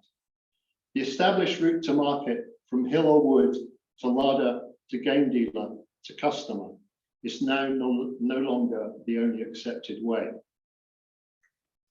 Most recently, the Scottish Venison Association has been awarded an £80,000 fund from the Scotland Food and Drink Partnership as part of their COVID recovery plan to help a number of local pilot processing projects over the line as demonstration units, harnessing the local stalking resource to supply local chill and processing hubs for marketing product in their immediate areas and further afield. There's been a thorough selection process for these pilot projects, and 3 have been chosen. 1 in Dumfries and Galloway, 1 in Moray, and 1 in Argyll, and they'll be supported by this fund, which is being administered by SAOS. All fill a space where current cover is thin, and we hope that these 3 new projects can be of benefit and aid the learning curve for the whole sector as we explore and promote alternative routes to market, which will supplement the service provided by the mainstream processors as volumes once again increase. I want to say a little bit on venison price. Winston Churchill summed it up very succinctly in our latest newsletter, which you may have read already. It's been on your seats. He said, the per kilogram price paid for a deer carcass was higher 40 years ago than it is today. Why is this? Food prices have been held down by farming efficiency linked to supermarket price capping. At the same time, the cost of carcass collection, processing, packaging, and waste disposal have all continued to increase, not to mention ever tightening food processing legislation, and all of which bring their own costs. But prices are rising again for SQWV assured to around 160 this coming season, might be more than that, and we anticipate they'll continue to go up. Despite cold storage having been bulging at the seams through the pandemic, there's now movement, and processors are even looking for quality venison suppliers. And you'll see that the one ad we have in scope in this issue is actually from a processor looking for quality suppliers to make contact with him. Their preference is to procure locally rather than import, although that's been the case in the past. But I have to say that the new trade agreement with New Zealand probably makes it very attractive for their deer farmers to ship to the UK if they can access a ready market here. Both Waitrose and M&S, incidentally, have run down their imported stock to virtually zero and are committed now to buying only British. The other factor that can't be glossed over is non-lead. So quality assured, non-lead shot venison should command a premium. That's where the market is going. And if that cannot be supplied, then farmed UK or imported farms will remain a serious option and a threat. Also of note is that Food Standards Scotland has just published the first standalone wild game guide for Scotland. It provides guidance for the Scottish wild game food sector, as well as for Food Standards Scotland enforcement officers on food hygiene legal requirements which apply to hunting, processing, and the supply of wild game into the food chain. The guide was fully reviewed and revised from 2020 to 21, with the new FSS document published in December. The review of the guide involved a public consultation which closed in December 2020, and that sought views from stakeholders on content and presentation. We think the revised guide is a lot more user-friendly than its pan-UK predecessor, and it brings greater clarity to the legal requirements which apply in various circumstances and which wild game is hunted and supplied for human consumption, including the various supply chains to market.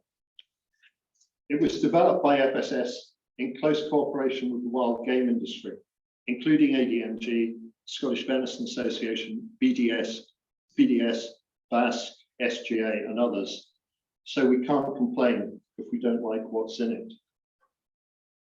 I'm going to take this opportunity to just say a word about the SVA's finances. Richard touched on this.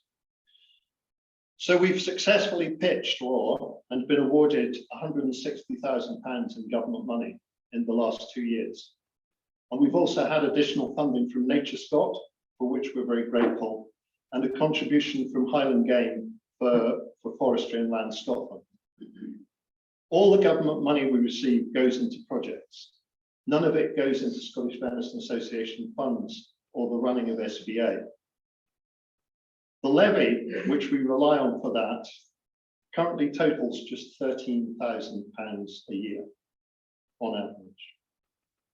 I think it's crazy that whilst there's so much expectation on SVA to represent producers and processors at all levels from government downwards, and to be the serious voice of the industry, and that's what we've been since the 2015 E. coli incident, and prior to that, we continue to run on a shoestring. By way of comparison, we receive through the levy on average 50 pence a hind. That's what the British Game Alliance receives for the bird. So over the next few months, we're going to be looking seriously at ways to address that.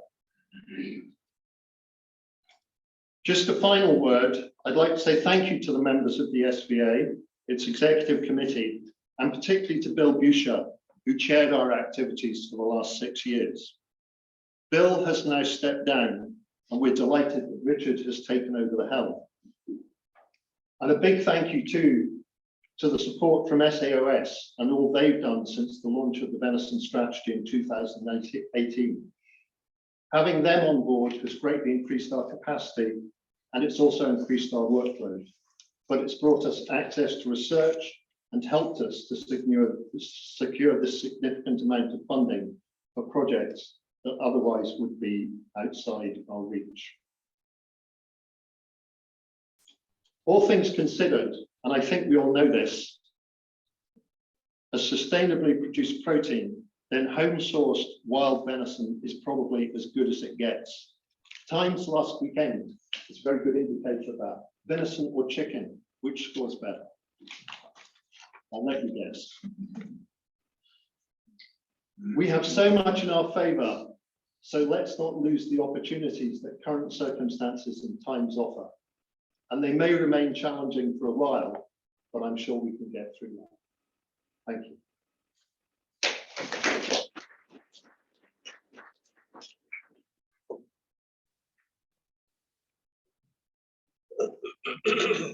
I don't know if anyone has any questions on venison for Dick. No questions?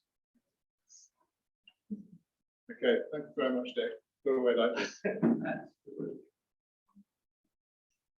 There's a few people just going for a break, so I think we'll just give it a couple of minutes.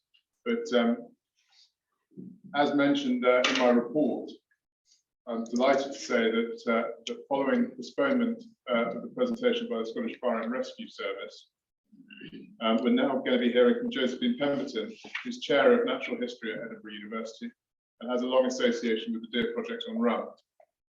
I'd just like to thank Josephine for stepping in literally at the last minute with only a few days warning, and apologise for the short notice that you were given. It's extremely kind of you to step in and talk to us today. Josephine's going to be talking to us about red deer responses to climate change, a report from the Isle of Rum. Josephine.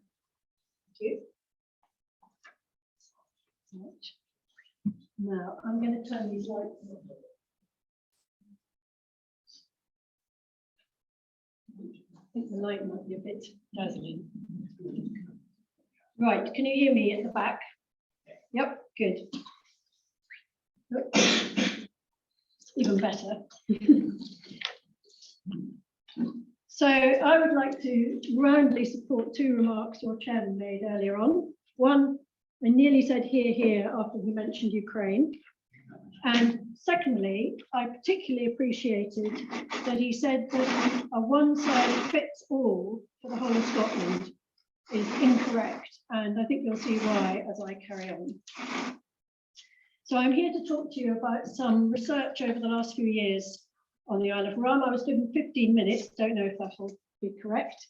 And obviously I haven't had much time to bring all the plots up to date. But let's just have a look at what I'm on about. So I hope we all, whoops. Ooh, Lindsay, this is not moving on. What do you think?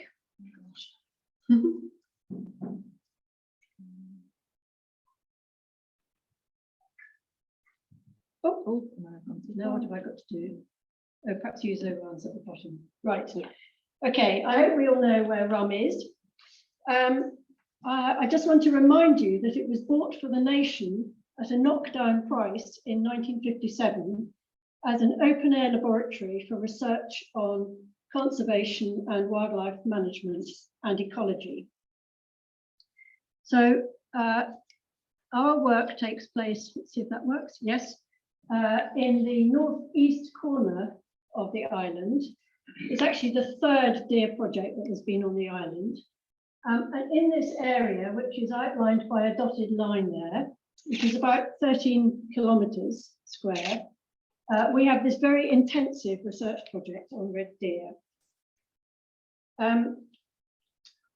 Perhaps controversially, and we can come back to it, since 1971 or thereabouts, by agreement with the Nature Conservancy and ongoing with SNH and now Nature Scott, there's been no actual shooting in the study area. The animals are free to come and go, but what we actually have in the study area is a strongly hefted bunch of hinds and a rather more mobile population of stags. And if they wander outside that area, they will be culled, or they can be culled. So they're free flowing around the island, but in practice, we have a very hefted bunch of hinds. And the reason for having this policy is, first of all, that the deer are very well habituated to human beings, so we can study them in great detail. And second of all, we're interested in the absolutely natural processes of how the deer respond to the impacts of weather, for example, climate change, for example, and of density variation. And we're interested in looking at that under a really constant management regime. So what do we actually do? Well, every year we turn out a team to try and catch every single calf that is born in the study area. And actually most years we catch 90% of the calves, so you can imagine what an effort that is. What we do to them is we tag them, we sample them for genetic analysis, we weigh them, and we let them go again, and then we follow them for their entire lives through all their breeding attempts until they die. What that means is that for every animal that was born in the study area, we know the exact age, which is a really unusual thing in a wild deer population.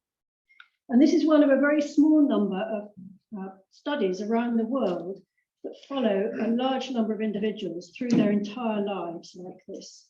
So you can count the number in the UK on the fingers of one hand, and around the world in about, let's think, 6 hands. Okay, so what have we been doing in that time? So since 1971, we've tracked the lives of nearly 6,000 individuals in our database.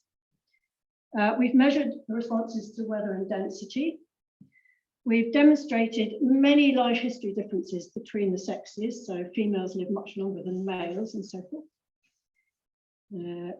We've studied the genetics of characteristics like antler size. We've measured inbreeding depression.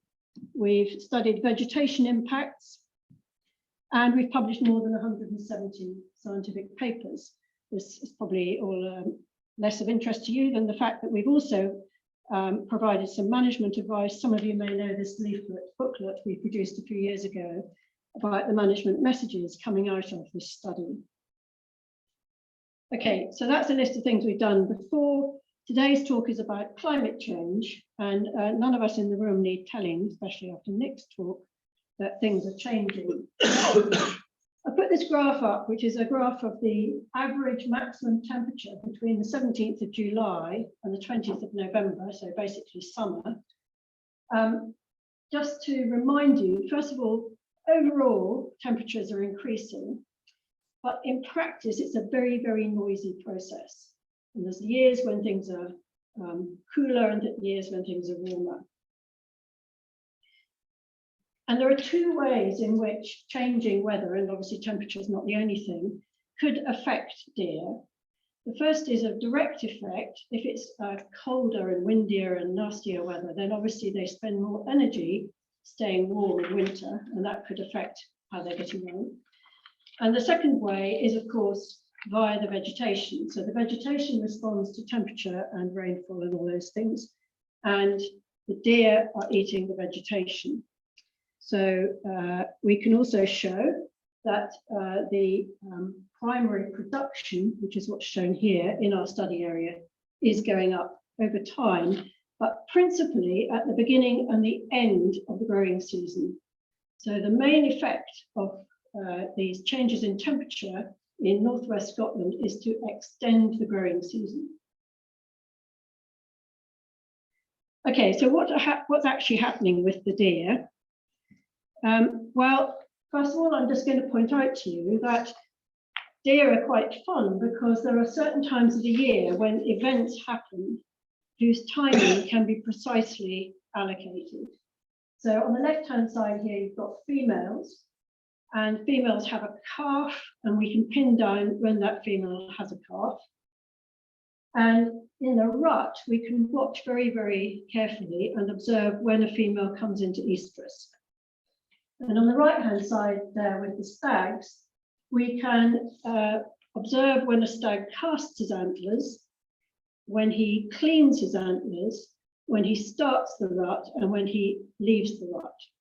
So these are timing events, what biologists call phenology, and these have turned out to be one of the most sensitive ways in which we can tell how animals are changing over changing temperatures.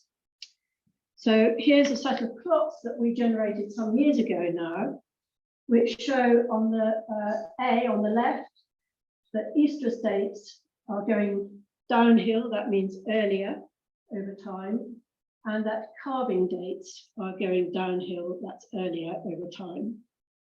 In the middle section B, we've got antler casting and cleaning dates, so they're going earlier all the time. And on the right-hand side, C, you've got rut end and rut start dates.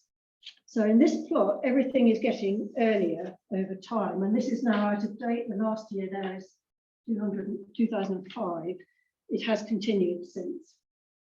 One thing I would draw your attention to out of interest is that these slopes, so that is the extent to which they're going downhill, it's a bit different for antler cleaning and antler casting.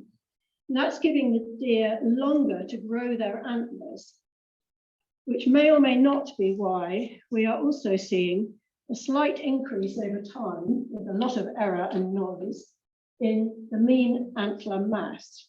So now it's very important to say here that because we know the precise age of each stag, we can correct our data to being the same age. So these are adjusted for being 7-year-old males.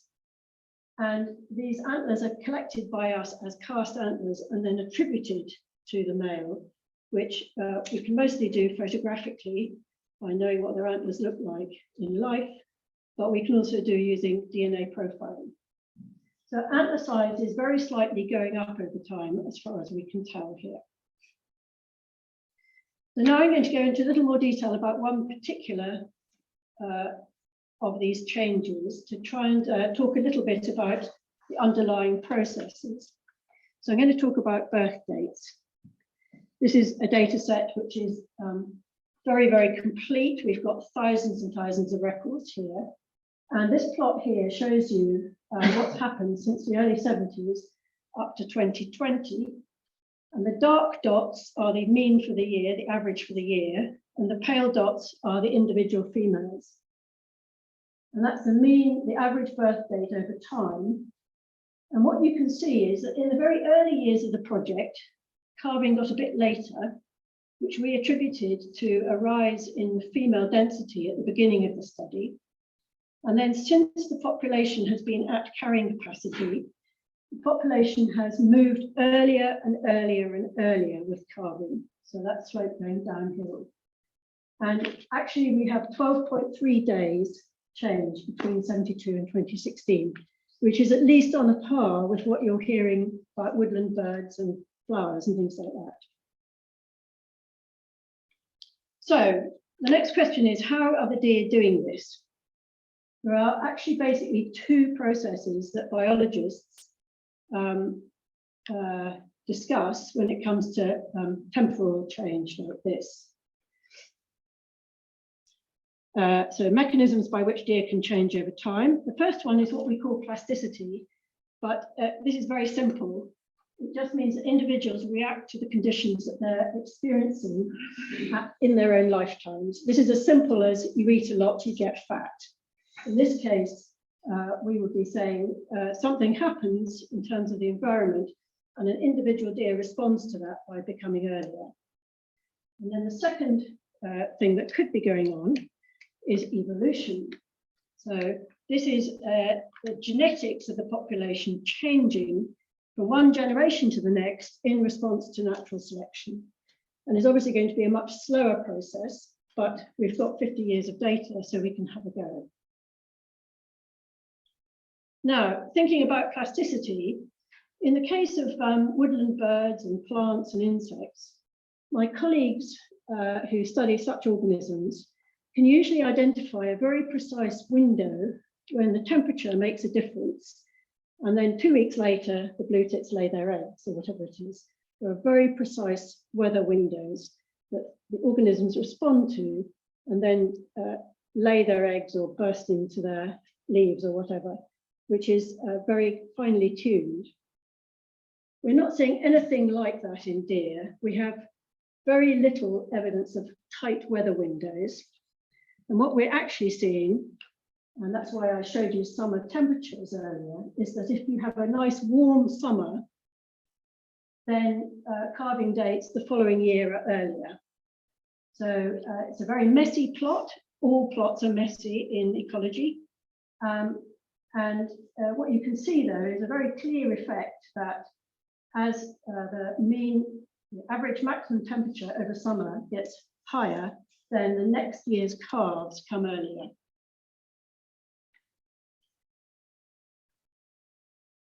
Now I have to try and explain to you how we've addressed the evolutionary question. I'm going to appeal to those of you who buy tups or buy bulls to assist in the improvement of your sheep and cattle herds. You'll know you can go to a market and bid for an animal you're looking at, but you know that you can also use scientific information, which is called an estimated breeding value. An estimated breeding value is a geneticist's number for the genetic merit of an animal for a particular characteristic. So you could buy a bull whose calves are going to grow faster than other bulls. And you can use this information to assist in your purchasing. And that genetic merit, that breeding value, is calculated by thinking about the characteristics of that individual bull and the characteristics of his known relatives. And we can use the techniques from animal breeding to get at this evolution in wild deer. So first of all, I have to show you that we use DNA typing to derive a pedigree of the deer in our study area. So each row of dots there is a year, and each dot is an individual, and a red line connects a mother to her offspring, and a blue line connects father to an offspring. And we can use this pedigree to estimate the genetic merit of an individual deer for a trait like calving date. You also need to know that we have shown that there is strong selection for calving early in this population. Females that calve early recover condition better and calve the following year also. So we see less yelding in females that calve earlier. So it's greatly to the advantage of a female for her to calve early.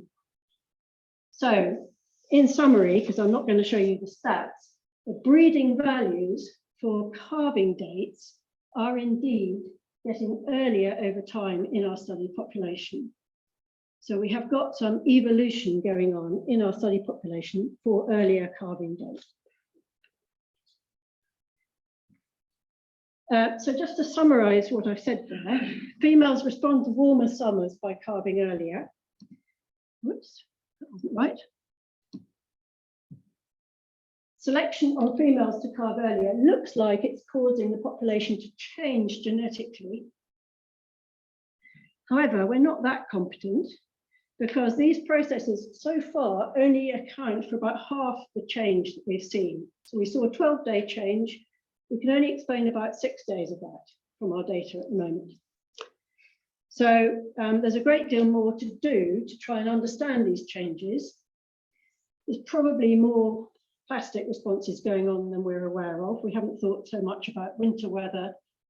We have looked at gestation length, and maybe that's more plastic than we've thought about so far. We also need to show, to close the loop, that selection for earlier calving is being promoted by climate change if we are to attribute this to climate change. So I actually have a grant proposal pending to address these precise issues. These are all dates and things. You might be wondering what the population consequences are at the moment. So far, we've not seen many consequences of these changes in timing in terms of overwinter survival or fecundity or the overall population size in our study area. We think, whoops, this is because various processes are counteracting each other. So it's all very well for calves to be born earlier, but if the overwinter carrying capacity of the ground is a fixture, then you may not see any change in overall survival. And there's also something going on which we haven't quite pinned down, which is that as more rain falls in the autumns, which is sort of occurring, that seems to counteract some of these early calving effects as well. So we've got what seem to be sort of counteracting things going on in different parts of the life cycle, which so far have not resulted. I'm sorry, I don't know whether I asked a question, but I'll forget when I don't ask now. If you were doing a herd reduction at that point, would you see survival rates currently going up? Yes. Or... Yeah, I mean, red deer are very, very sensitive to density. Yeah. So everything I'm saying is about this particular study population. And I think if you were working on a heavily culled population, everything would be frame shifted, but I think you'd see the same effects. However, just to finish this slide off, oh no, I've done that again. I think what we expect is that as the climate changes more, remember we've only had very small changes so far, perhaps half a degree in terms of summer temperatures. As the climate changes more, we expect to see more. And I expect we very much will see some effects on the demography of the population, for example, in terms of overwinter survival and fecundity. Okay, so just to end, I'd like to acknowledge this is a huge team effort over many decades. And we're enormously grateful to Nature Scott that we're still operating in our study area. And we're enormously grateful to the funding agencies that we draw money from, which is mainly the Natural Environment Research Council, which is dear you, the taxpayer. And I've got a nice picture of a stag looking at sky to end on. Any questions? Sorry, I could have waited. Yes. First of all, I hope you got your usual bottle of gin for coming here to present that, because I know you're quite. Haven't seen one yet. I know you're quite keen on gin, anyway, I am. so I hope you still get that. I just wanted to make a comment, really. You touched on that research that we published a few years ago, and I think it's a shame that DMGs didn't pick up on that as strongly as perhaps they might, and build it into their coal planning. In other words, we didn't recognise that the hind coal is so critical to what we were trying to do. And I think if we picked up on that science a wee bit better, then we'd be in a better position than perhaps we are now. That's very kind of you to say. I mean, I Two bottles wasn't, of gin. I wasn't much involved in how that was circulated, but I think SNH, as it was then, sent it to all DMGs. I think I've got the remaining box of that booklet in my office in Edinburgh. So if anyone particularly wants a hard copy, it is available online on the Nature Scott website as well. Yeah, Alistair Glenn Finnan. Your work on the antlers, can you tell me, do you then return the antlers to the ground for the year? Actually, we hoard them. We That's pick, naughty. we pick them up and we measure them and weigh them and so on. And the vast bulk of the collection is now in the National Museums of Scotland storage facility in Edinburgh. What we do in an attempt to compensate is there are lots of deer going through the larder on Rum from the other parts of the island, and their legs are typically chucked in a bin and dumped somewhere, and we recover from the larder bin and chuck out leg bones to try and replace the calcium phosphate that we know the deer would like in our study area.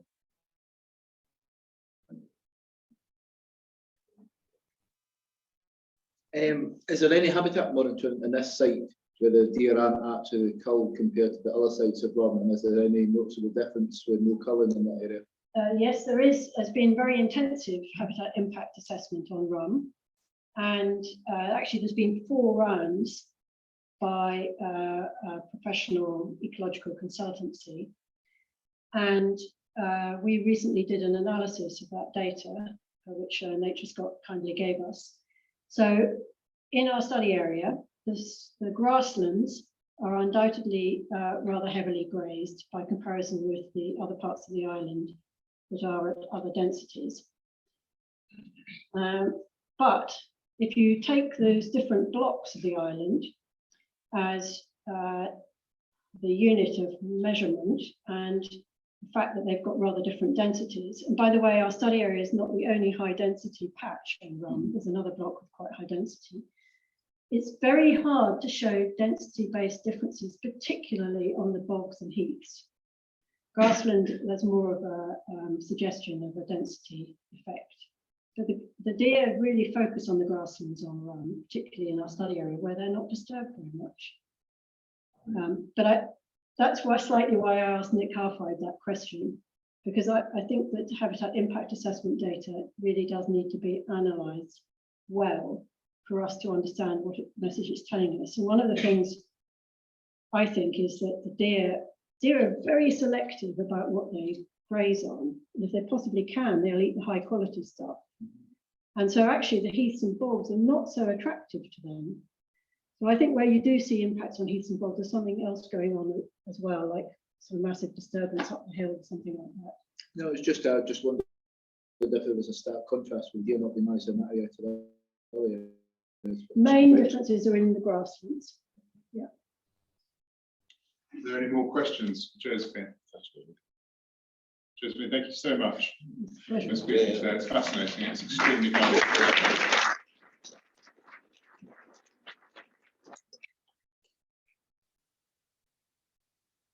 Very much. I'm pleased we're now going to be hearing from William Lamont of Forestry and Land Scotland, who'll be talking to us about the new FLS deer dashboard. There's a huge amount of information on this tool that FLS are going to be using, and we probably only be able to scratch the surface, but it is fascinating, the information that FLS have collected over the years. So Willie, I'd like to hand over to you.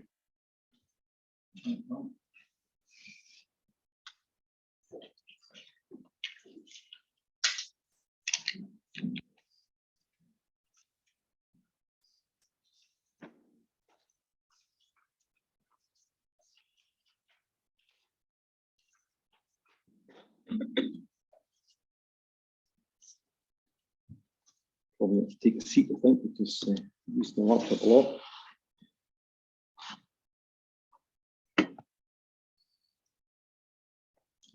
Okay, for those who don't know me, I'm Wally Lamont. I worked with FLS for about well, again, 40 years. As a student and forester and a wildlife manager, and now wildlife trainer. We're going to look today at our wildlife management system. It's quite often called the rear management system, but it's a little bit beyond that. It's for managing wildlife. All the data, a significant amount of the data that you will see presented here is input through our larders, through our wildlife management system, and picked up through the wildlife management dashboard. There's other bits and pieces such as Major Scott counts outside our boundaries, but then obviously don't come through a larder. We pick up these data sets from Major Scott and others. Sorry, could you use the microphone a little bit? Thank you. Certainly better. Thank you. Right, we'll see if we can make it work.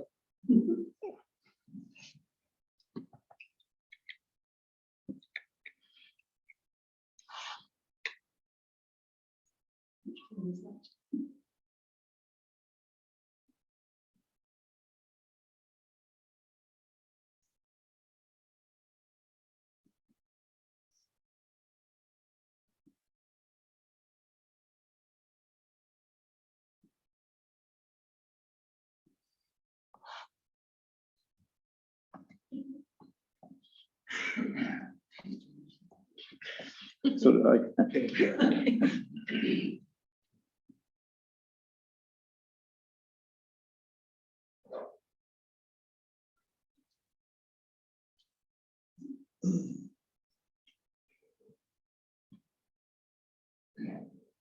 Apologise slightly in advance. Sometimes it's a little bit clunky. So what I've done is I moved it onto my own laptop to try and get rid of some of the firewalls and see if we'll run a bit smoother. This is just an introduction page that we shouldn't bother about too much. But we've got 8 other tabs along the top that we'll have a quick look at. Now, I'll pick on 1 or 2 reports I think might interest you, but the reality is that with 8 tabs, I'm only going to have 2-3 minutes a tab. So if there's anything at all you're interested in, you feel I'm not covering properly, you can find out where I am and drop me an email or whatever, and we'll come back and talk about it.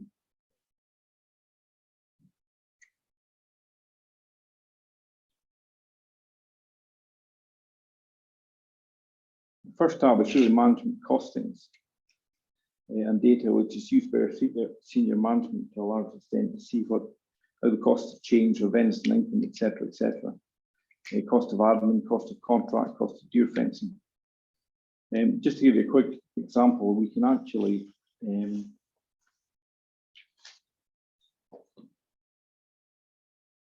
interrogate it by region and then district. So if we wanted to look at East Region,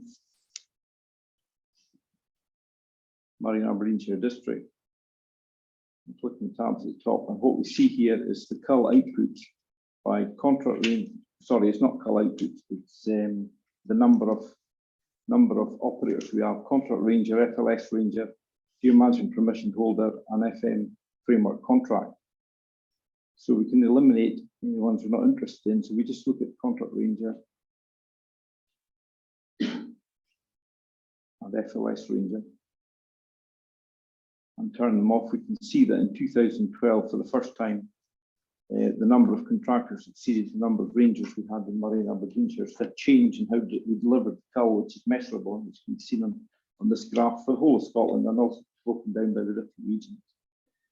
We then had a fall off in the use of contractors and a significant increase going through to 2019.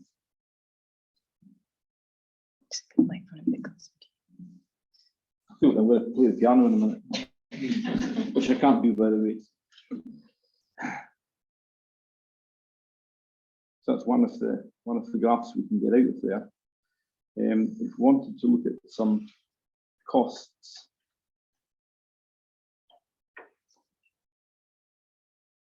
again, we could split it up into region. Look at north this time.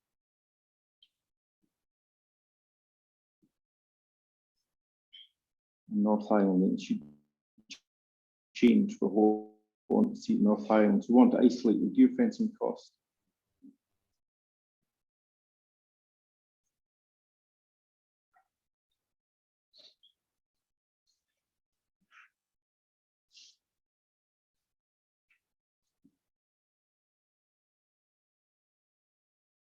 So there we have costs in deer fencing over the last few years in our specific region.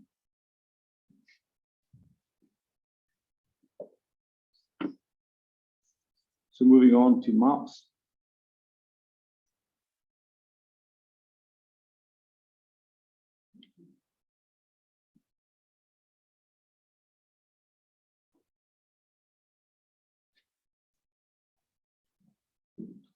Here we have a map of basically all the larders in forestry land Scotland.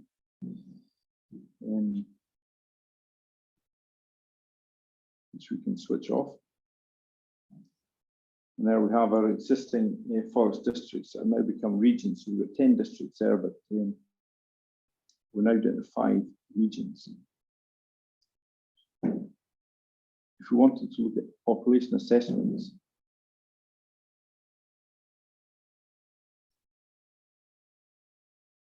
we can narrow it down.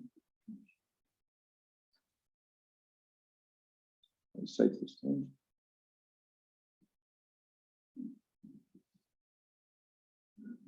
You can zoom in and look at the different cull densities, forest structure, habitats, and switch off and on the different layers for impacts, cull summaries, etc., which are all there.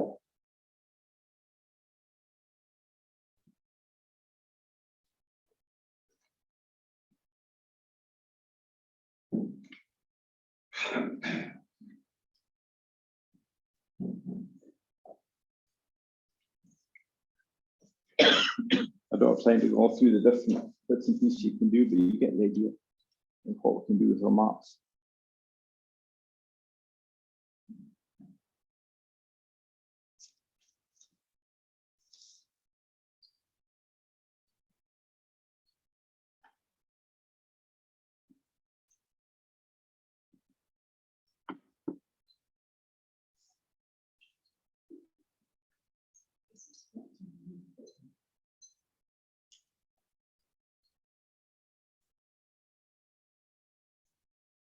Now, for example, ranger access across the area in North Highland. We've got the crater, etc., etc. Side. I was looking for one that I can't find, so I'm just going to move on. Plenty of to look at.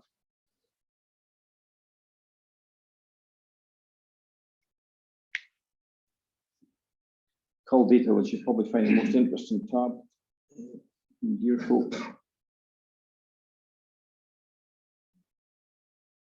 So what we see here is 380,905 animals being culled, which we have on our database since 2009. But if we want to really interrogate it, we could look at, for example, Sika.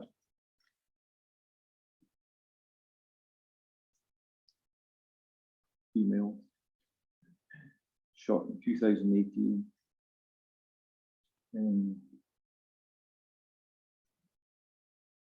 West region,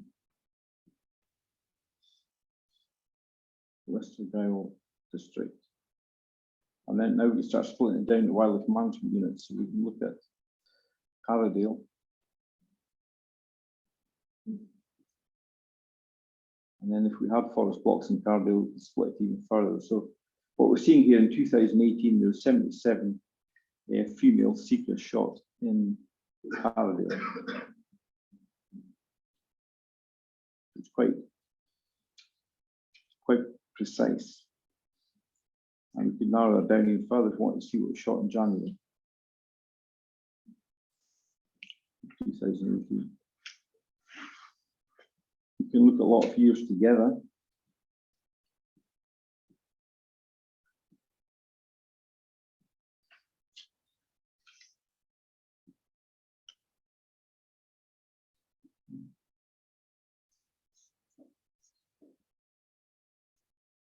And there we see all the Januaries for 4 years. You can tell you if a ranger type, you'd have contractor in there if it's contractor, but it's all shot by FLS rangers. You can add in red deer if we like.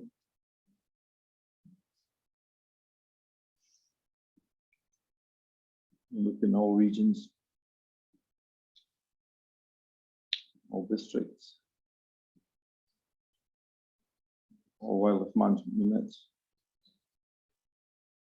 for 2020. Let's see.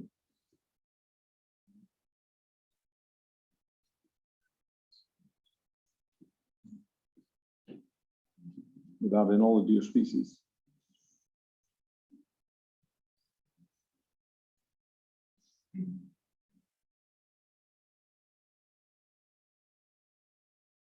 Right, question for you, Ollie. On you go.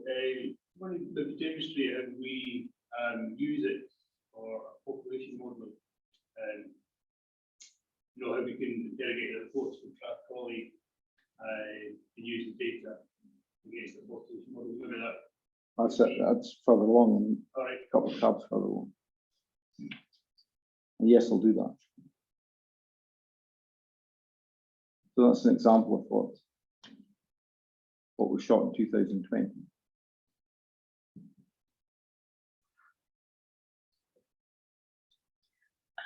How often is the cull information updated? Is it continually updating all the time, or is it done on an annual basis? It's done on more than an annual basis, but not a live basis. Right, okay. So, but our ambition is towards the end of this year, hopefully, to do it on a more or less a live basis. Okay.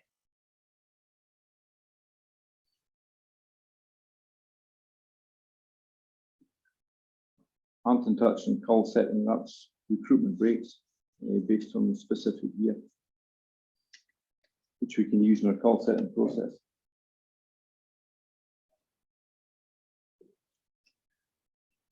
Which is derived from what you ask it to do on the left-hand side.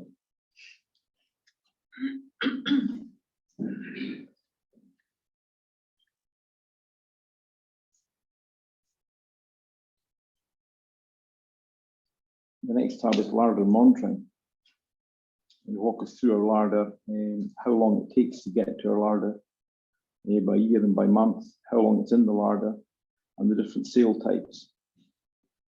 And then we've got private sale, not fit for sale, carts given away, hopefully not many of them, etc., etc. Again, we can knock off what we don't want to see to declutter, if you like,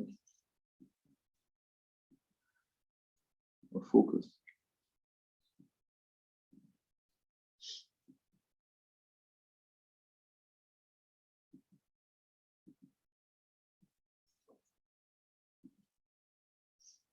Include all.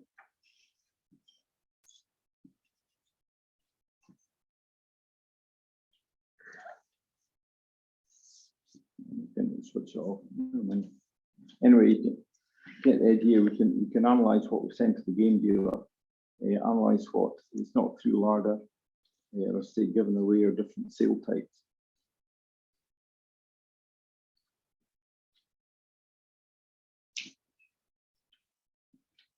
It's not one to play with.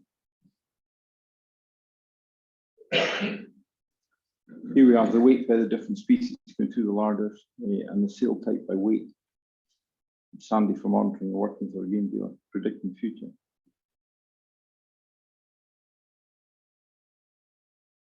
The weights is not through larder and the number of deer not through larder.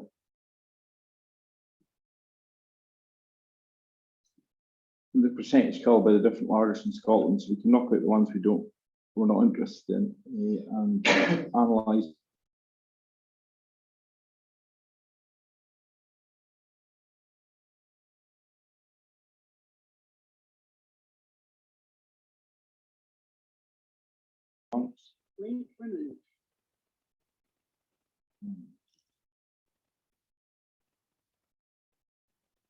And the weight by the different structure types.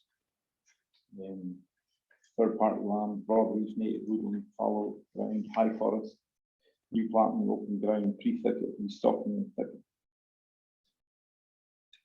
And again, that's for every year and every species.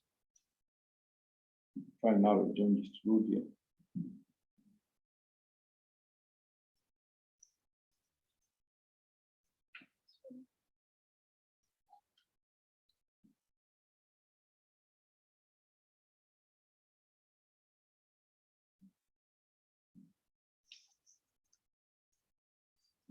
grass change, but there you go, that's the different amounts of road you're shot on the different structure types.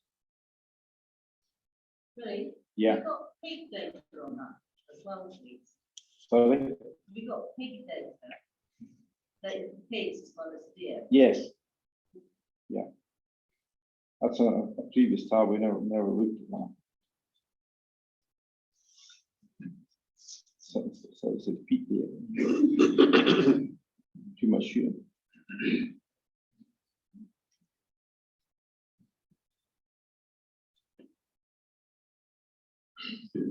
This is our nearest neighbour surveys. You see the different damage types, different regions.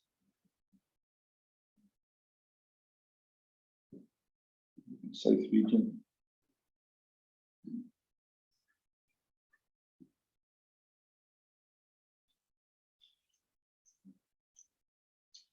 The average percent deer damage in South region is 16.4% over the years that we're holding it on.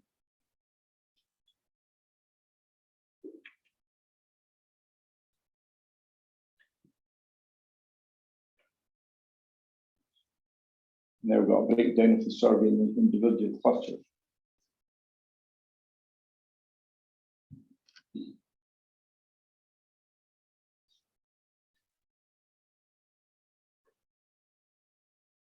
Hectares planted by district in the different years, conifer hectares planted. Percent deer damage to conifer crops. So you can see it's going up and down a little bit, generally going up in the plate. And percentage conifer coops less than 10% damage. Again, it can be interrogated all the way along the top on either on a national basis or very much more local basis or by survey year. Well, if you see the damage caused by other forest properties. like weevils. No, not yet. Well, we can, but not in this data. We can actually interrogate that further, because all of that data will be linked into the Stratford report. The Stratford report will give us an idea of who that. It doesn't actually pretty show in the graphs. The reports themselves will be available. We'll see the reports towards the end. So I've narrowed it down to 2018, which doesn't offer a graph, but not a single point, so you can get figures for a specific area for a specific year of measurement. I see the system's got a financial aspect, so you can work out what's costing you, how much money you make or not. Yeah, it's intuitive, I think. Well, we can do that on the first tab, because we've got the overall costs, the annual costs, and we can break it down by region and by district. Yeah.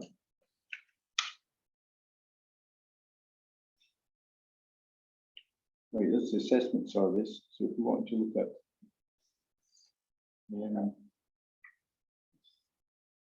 let's see, T, which is East region.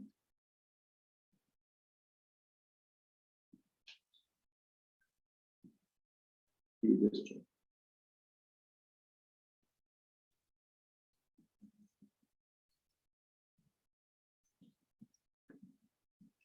So you see one survey was done in 16, 17, and that was in South Rannoch. And we've got the average deer density there at the top, and here we can interrogate it, broken down into species. And amounts of done. And we've got a recommended cull. So we can use this to go in and see where we've surveyed the areas, and we can actually get a recommended cull figure for that specific area, based on the Strathcona report, which is here, but which the system doesn't let us open. Now it used to let us open, and we can look at the survey report and the cull summary, and the dung summary in the box. And it will happen again, but currently it won't. It won't let me open the Strathcona survey. But all the Strathcona surveys we've got in the last 10, 15 years are in here, relevant to different years.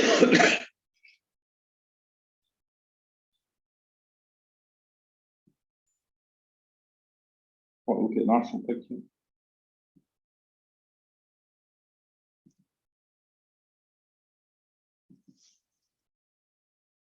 Lily, can I ask a question about integrating this information with deer management group data?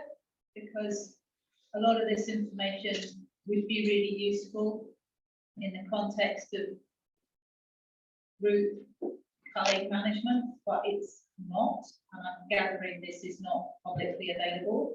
So how do we access this for modelling purposes? Because there's also immigration and emigration, which happens between the National Forest estate and the adjacent ground. So just as a single standing thing, it's not fulfilling its full potential. Well, it is and it isn't, because on one of the earlier tabs we've got an nature's called layer, sorry, of all the recent counts. So we can look at the deer density in our wildlife management unit, and we can look at the deer density outside the fence or over the boundary if there's no count. So we can get a holistic picture when it's available. So you're only looking at helicopter counts. Helicopter counts are, well, some of them will be supplemented by foot counting as well. It won't be 100% helicopter counts. There will be an element of foot counting anyway, I would suspect. And can we look at that? Ultimately, yes. There will be a publicly available version that we can get hold of.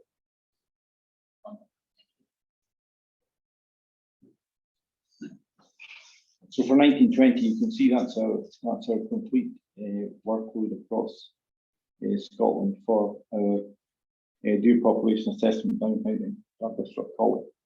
And as I've shown, you can interrogate it right down into the different wildlife management units, but you can get an overall idea here of deer density from Swift College plus the projected calls.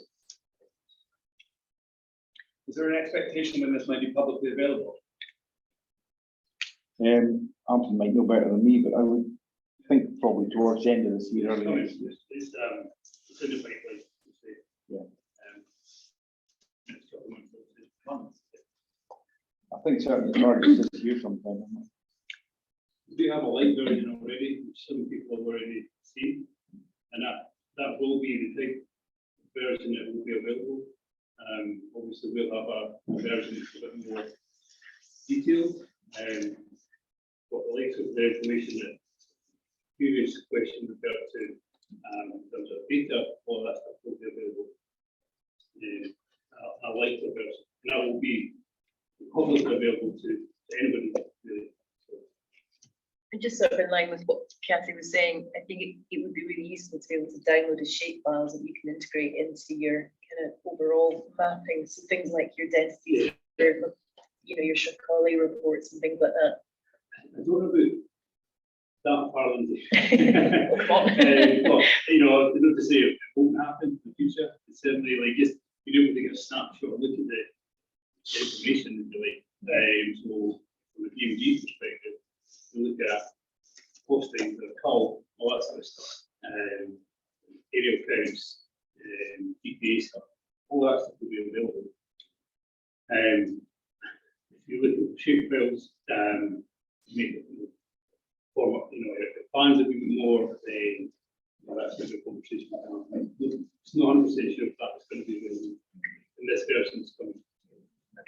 It seems like the perfect template to build what was we talked about SMORE some years ago about centralized data gathering from the private sector and inputting into the template and building upon that. I know sort of some discussion group about life after SMORE. I mean, this would be ideal, I think, template to start inputting the private sector to start building a database. Yeah, absolutely. It's super exciting. I didn't realize this was actually as far along as I'm really getting access to. Is there anything from SNH about life after sport and using this type of approach as a template to start building in private data and gathering? You don't mind, Donald? I mean, it's one of the aspects of the new work proposed about the data and information. Data and information. But yeah, this is so again the public agency approach we're looking at. What are the tools that we've got available? This is obviously a well-developed tool that can be used. And so to say that in terms of the across landscape providers. We could look at developing that, there would be accessibility, the functionality of that available, and almost developing that as well, because I think there's other things that can be done in terms of technology, in terms of use of apps and other things that are to help in terms of the data gathering. So bringing that together, I think, but yeah, absolutely, it's one of the aspirations is to make sure that we build all the tools as part of them.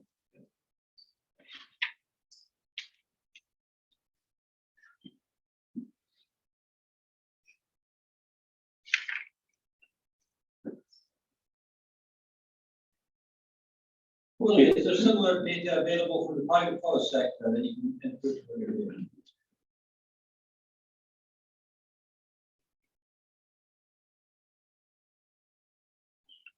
Good question. If there was data available on deer densities and it's part of deer management, just similar to the information we get from the Open Hill Counts from Nature Score, it would be sensible to put it in. You know, if it's part of deer management, particularly thinking of the West Coast and Southwest Coast, kind of areas, there will be data getting put in over the coming months from these areas, I think. It would make sense. It would make sense to be able to get them together. Does the data just go far back to 2009?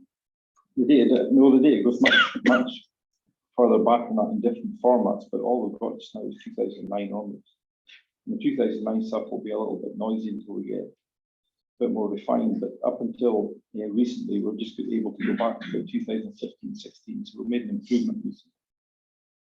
Have you ever tested the efficacy of the Stratcolly urban impact assessment based on their target column numbers that they've set in and surveyed areas, establish whether or not the targets that they suggested are actually effective or right?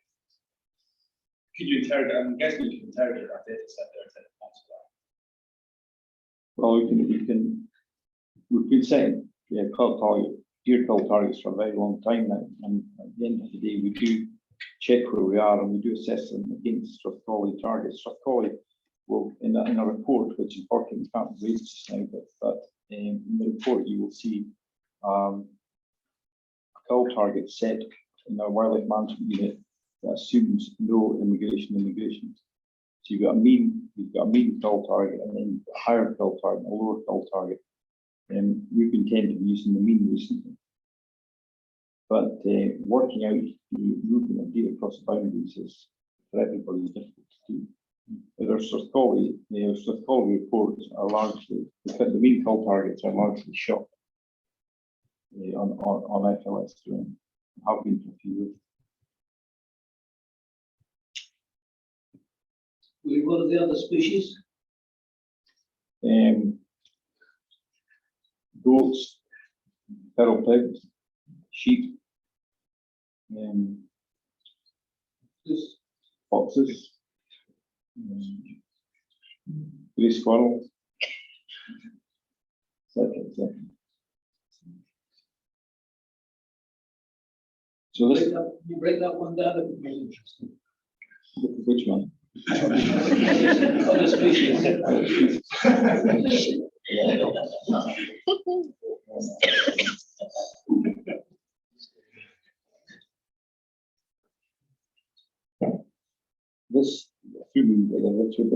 This tab is just one we use to answer FOIs, etc. So we can break it down again by region. So,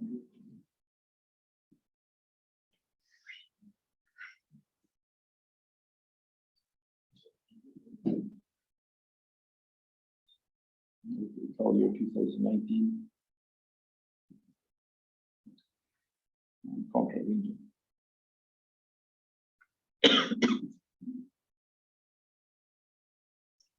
Search analysis of cover and process in 2019.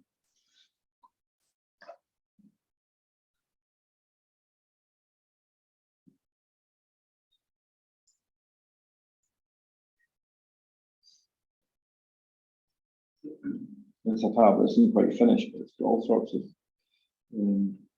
national deer data on it, projected national national population levels, specific authorization cull returns, night shooting cull returns, etc., etc.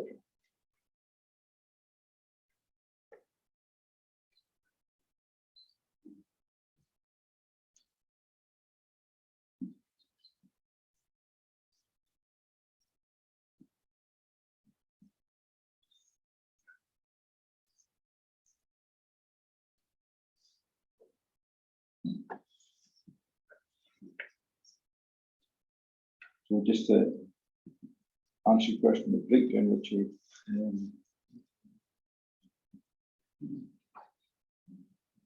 that is the number of foxes that we shot in 2020.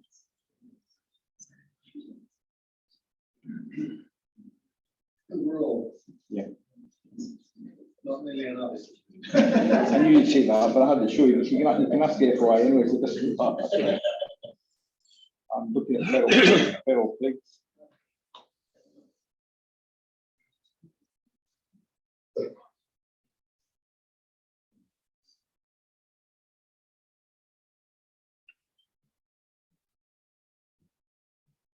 Almost as many feral pigs as foxes. Yeah.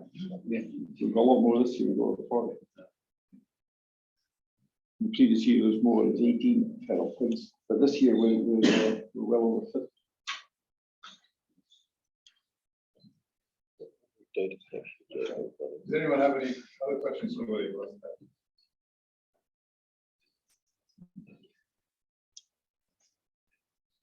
I'm sorry I haven't been able to, I've shown you the nature spot data, but I couldn't get through to it for the densities of deer on neighbouring ground health deer management group. We've also got a deer management group there which identifies every deer management group in Scotland across the using tab number 2 in the map system.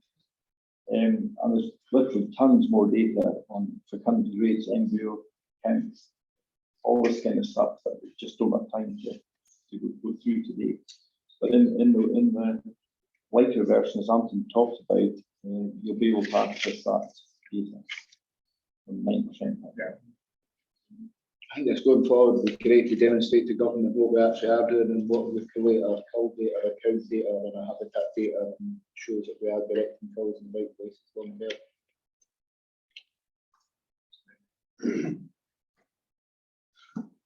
Does anyone have any final questions for you?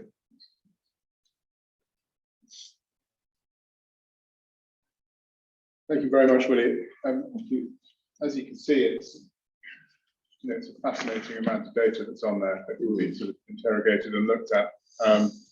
We were part of the consultation process, ADMG, and we got cited this, and we were able to look at it and interrogate it and have our views on it. And we did make the point that it would be extremely useful to share this with deer management groups and to liaise with deer management groups on this sort of data, because the deer management groups, they can go into something like this and check what's going on a day-to-day basis would be very useful indeed. So thank you very much, Willie. It's extremely kind of you to come and speak.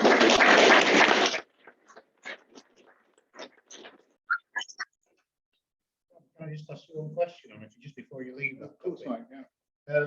Presumably, if the private sector was putting all its data in there, there would have to be some money spent at the larder to get the tech in there to put the basic data in. Yeah. Have we any idea how much that might cost a private landowner to upgrade his larder input? To that sort of level, well, I mean, you presumably update your larders and put new larders in from time to time. I mean, what sort of cost is involved in? It's a long time to not involved in that. Yeah, so everything we developed a well management system, which obviously collects all the data, all the metrics, climate, deer, and that is where we probably also got other input streams as well. So the main focus, costing, that's again, we've done a many larders out with 7 larders, obviously the well management system. I'm going for a number of years now, and it's updated. We've got a team to help with that. Sure. Whatever the cost is, you have to develop a program, have software run it. some ladders, right, appreciate you might not have phone signal or an internet signal, so it's so that you may be able to do it manually, for example. But it's all about the quality of the input. So I think it's, you know, need a real sort of easy look at I think the initial costs we back in the early 2000s were compared to depending on what level of work that's. But as another kind of team, if you do manually, and you go on to your data sheet, the call sheet, and you do it manually, and then the cost moves from manually doing to paying somebody to do it. Yeah, sure. So quite a lot of costs, and to roll it out across the whole data management group, you'd have to have everyone on board to do so. We're doing statutory contracts anyway. And another element. Yeah. I think we should move on to any other business because it's lunchtime in about 10 or 15 minutes. I'm conscious that we've got a slot on the agenda of the next National Access Forum meeting. We have been asking for information on access and any problems that have been arising or any positives. So just a reminder again, Frank Spencer and I will be making a paper to the National Access Forum. So any information you can have for us would be extremely helpful and useful when we make that paper up and we present to the National Access Forum. So please do come to us and let us know. Does anyone else have any other business that they'd like to bring up? No one bring anything up. I think in that case, we'll bring the meeting to a close. I'd just like to say that Alan McDonnell is here, and he's from Trees for Life. It's good to see him here. He's been part of the Common Ground project we're doing, but he's also integral to the Deer Map project. So anyone that's interested in Deer Map and using the data that's out there, like we've been talking about today, then he's here. He will be contacting some of the deer management groups and has contacted some of you already. So I think I'd encourage you to work with that project going forward. Thank you all for attending this morning. There is a pause for an hour, but then there is a workshop after lunch for those chairs and secretaries that can attend who would find it useful. And that's going to be based around deer management planning going forward. So anyone would like to learn more about deer management planning going forward, we'll meet back in here at 2 o'clock. It won't take long. We'll keep it as brief as possible, but it will be useful to speak to as many chairs and secretaries as possible. Could we just have a raise of hands for anyone so we have a rough idea of who will be able to attend that? Oh, good. We've got some takers. That's good. We'll see you afterwards. And anyone that's requested newsletters or scopes, they're at the front here. So for anyone that's requested them to their group, there are at the front. But thank you all very much. Thank you very much for our speakers as well.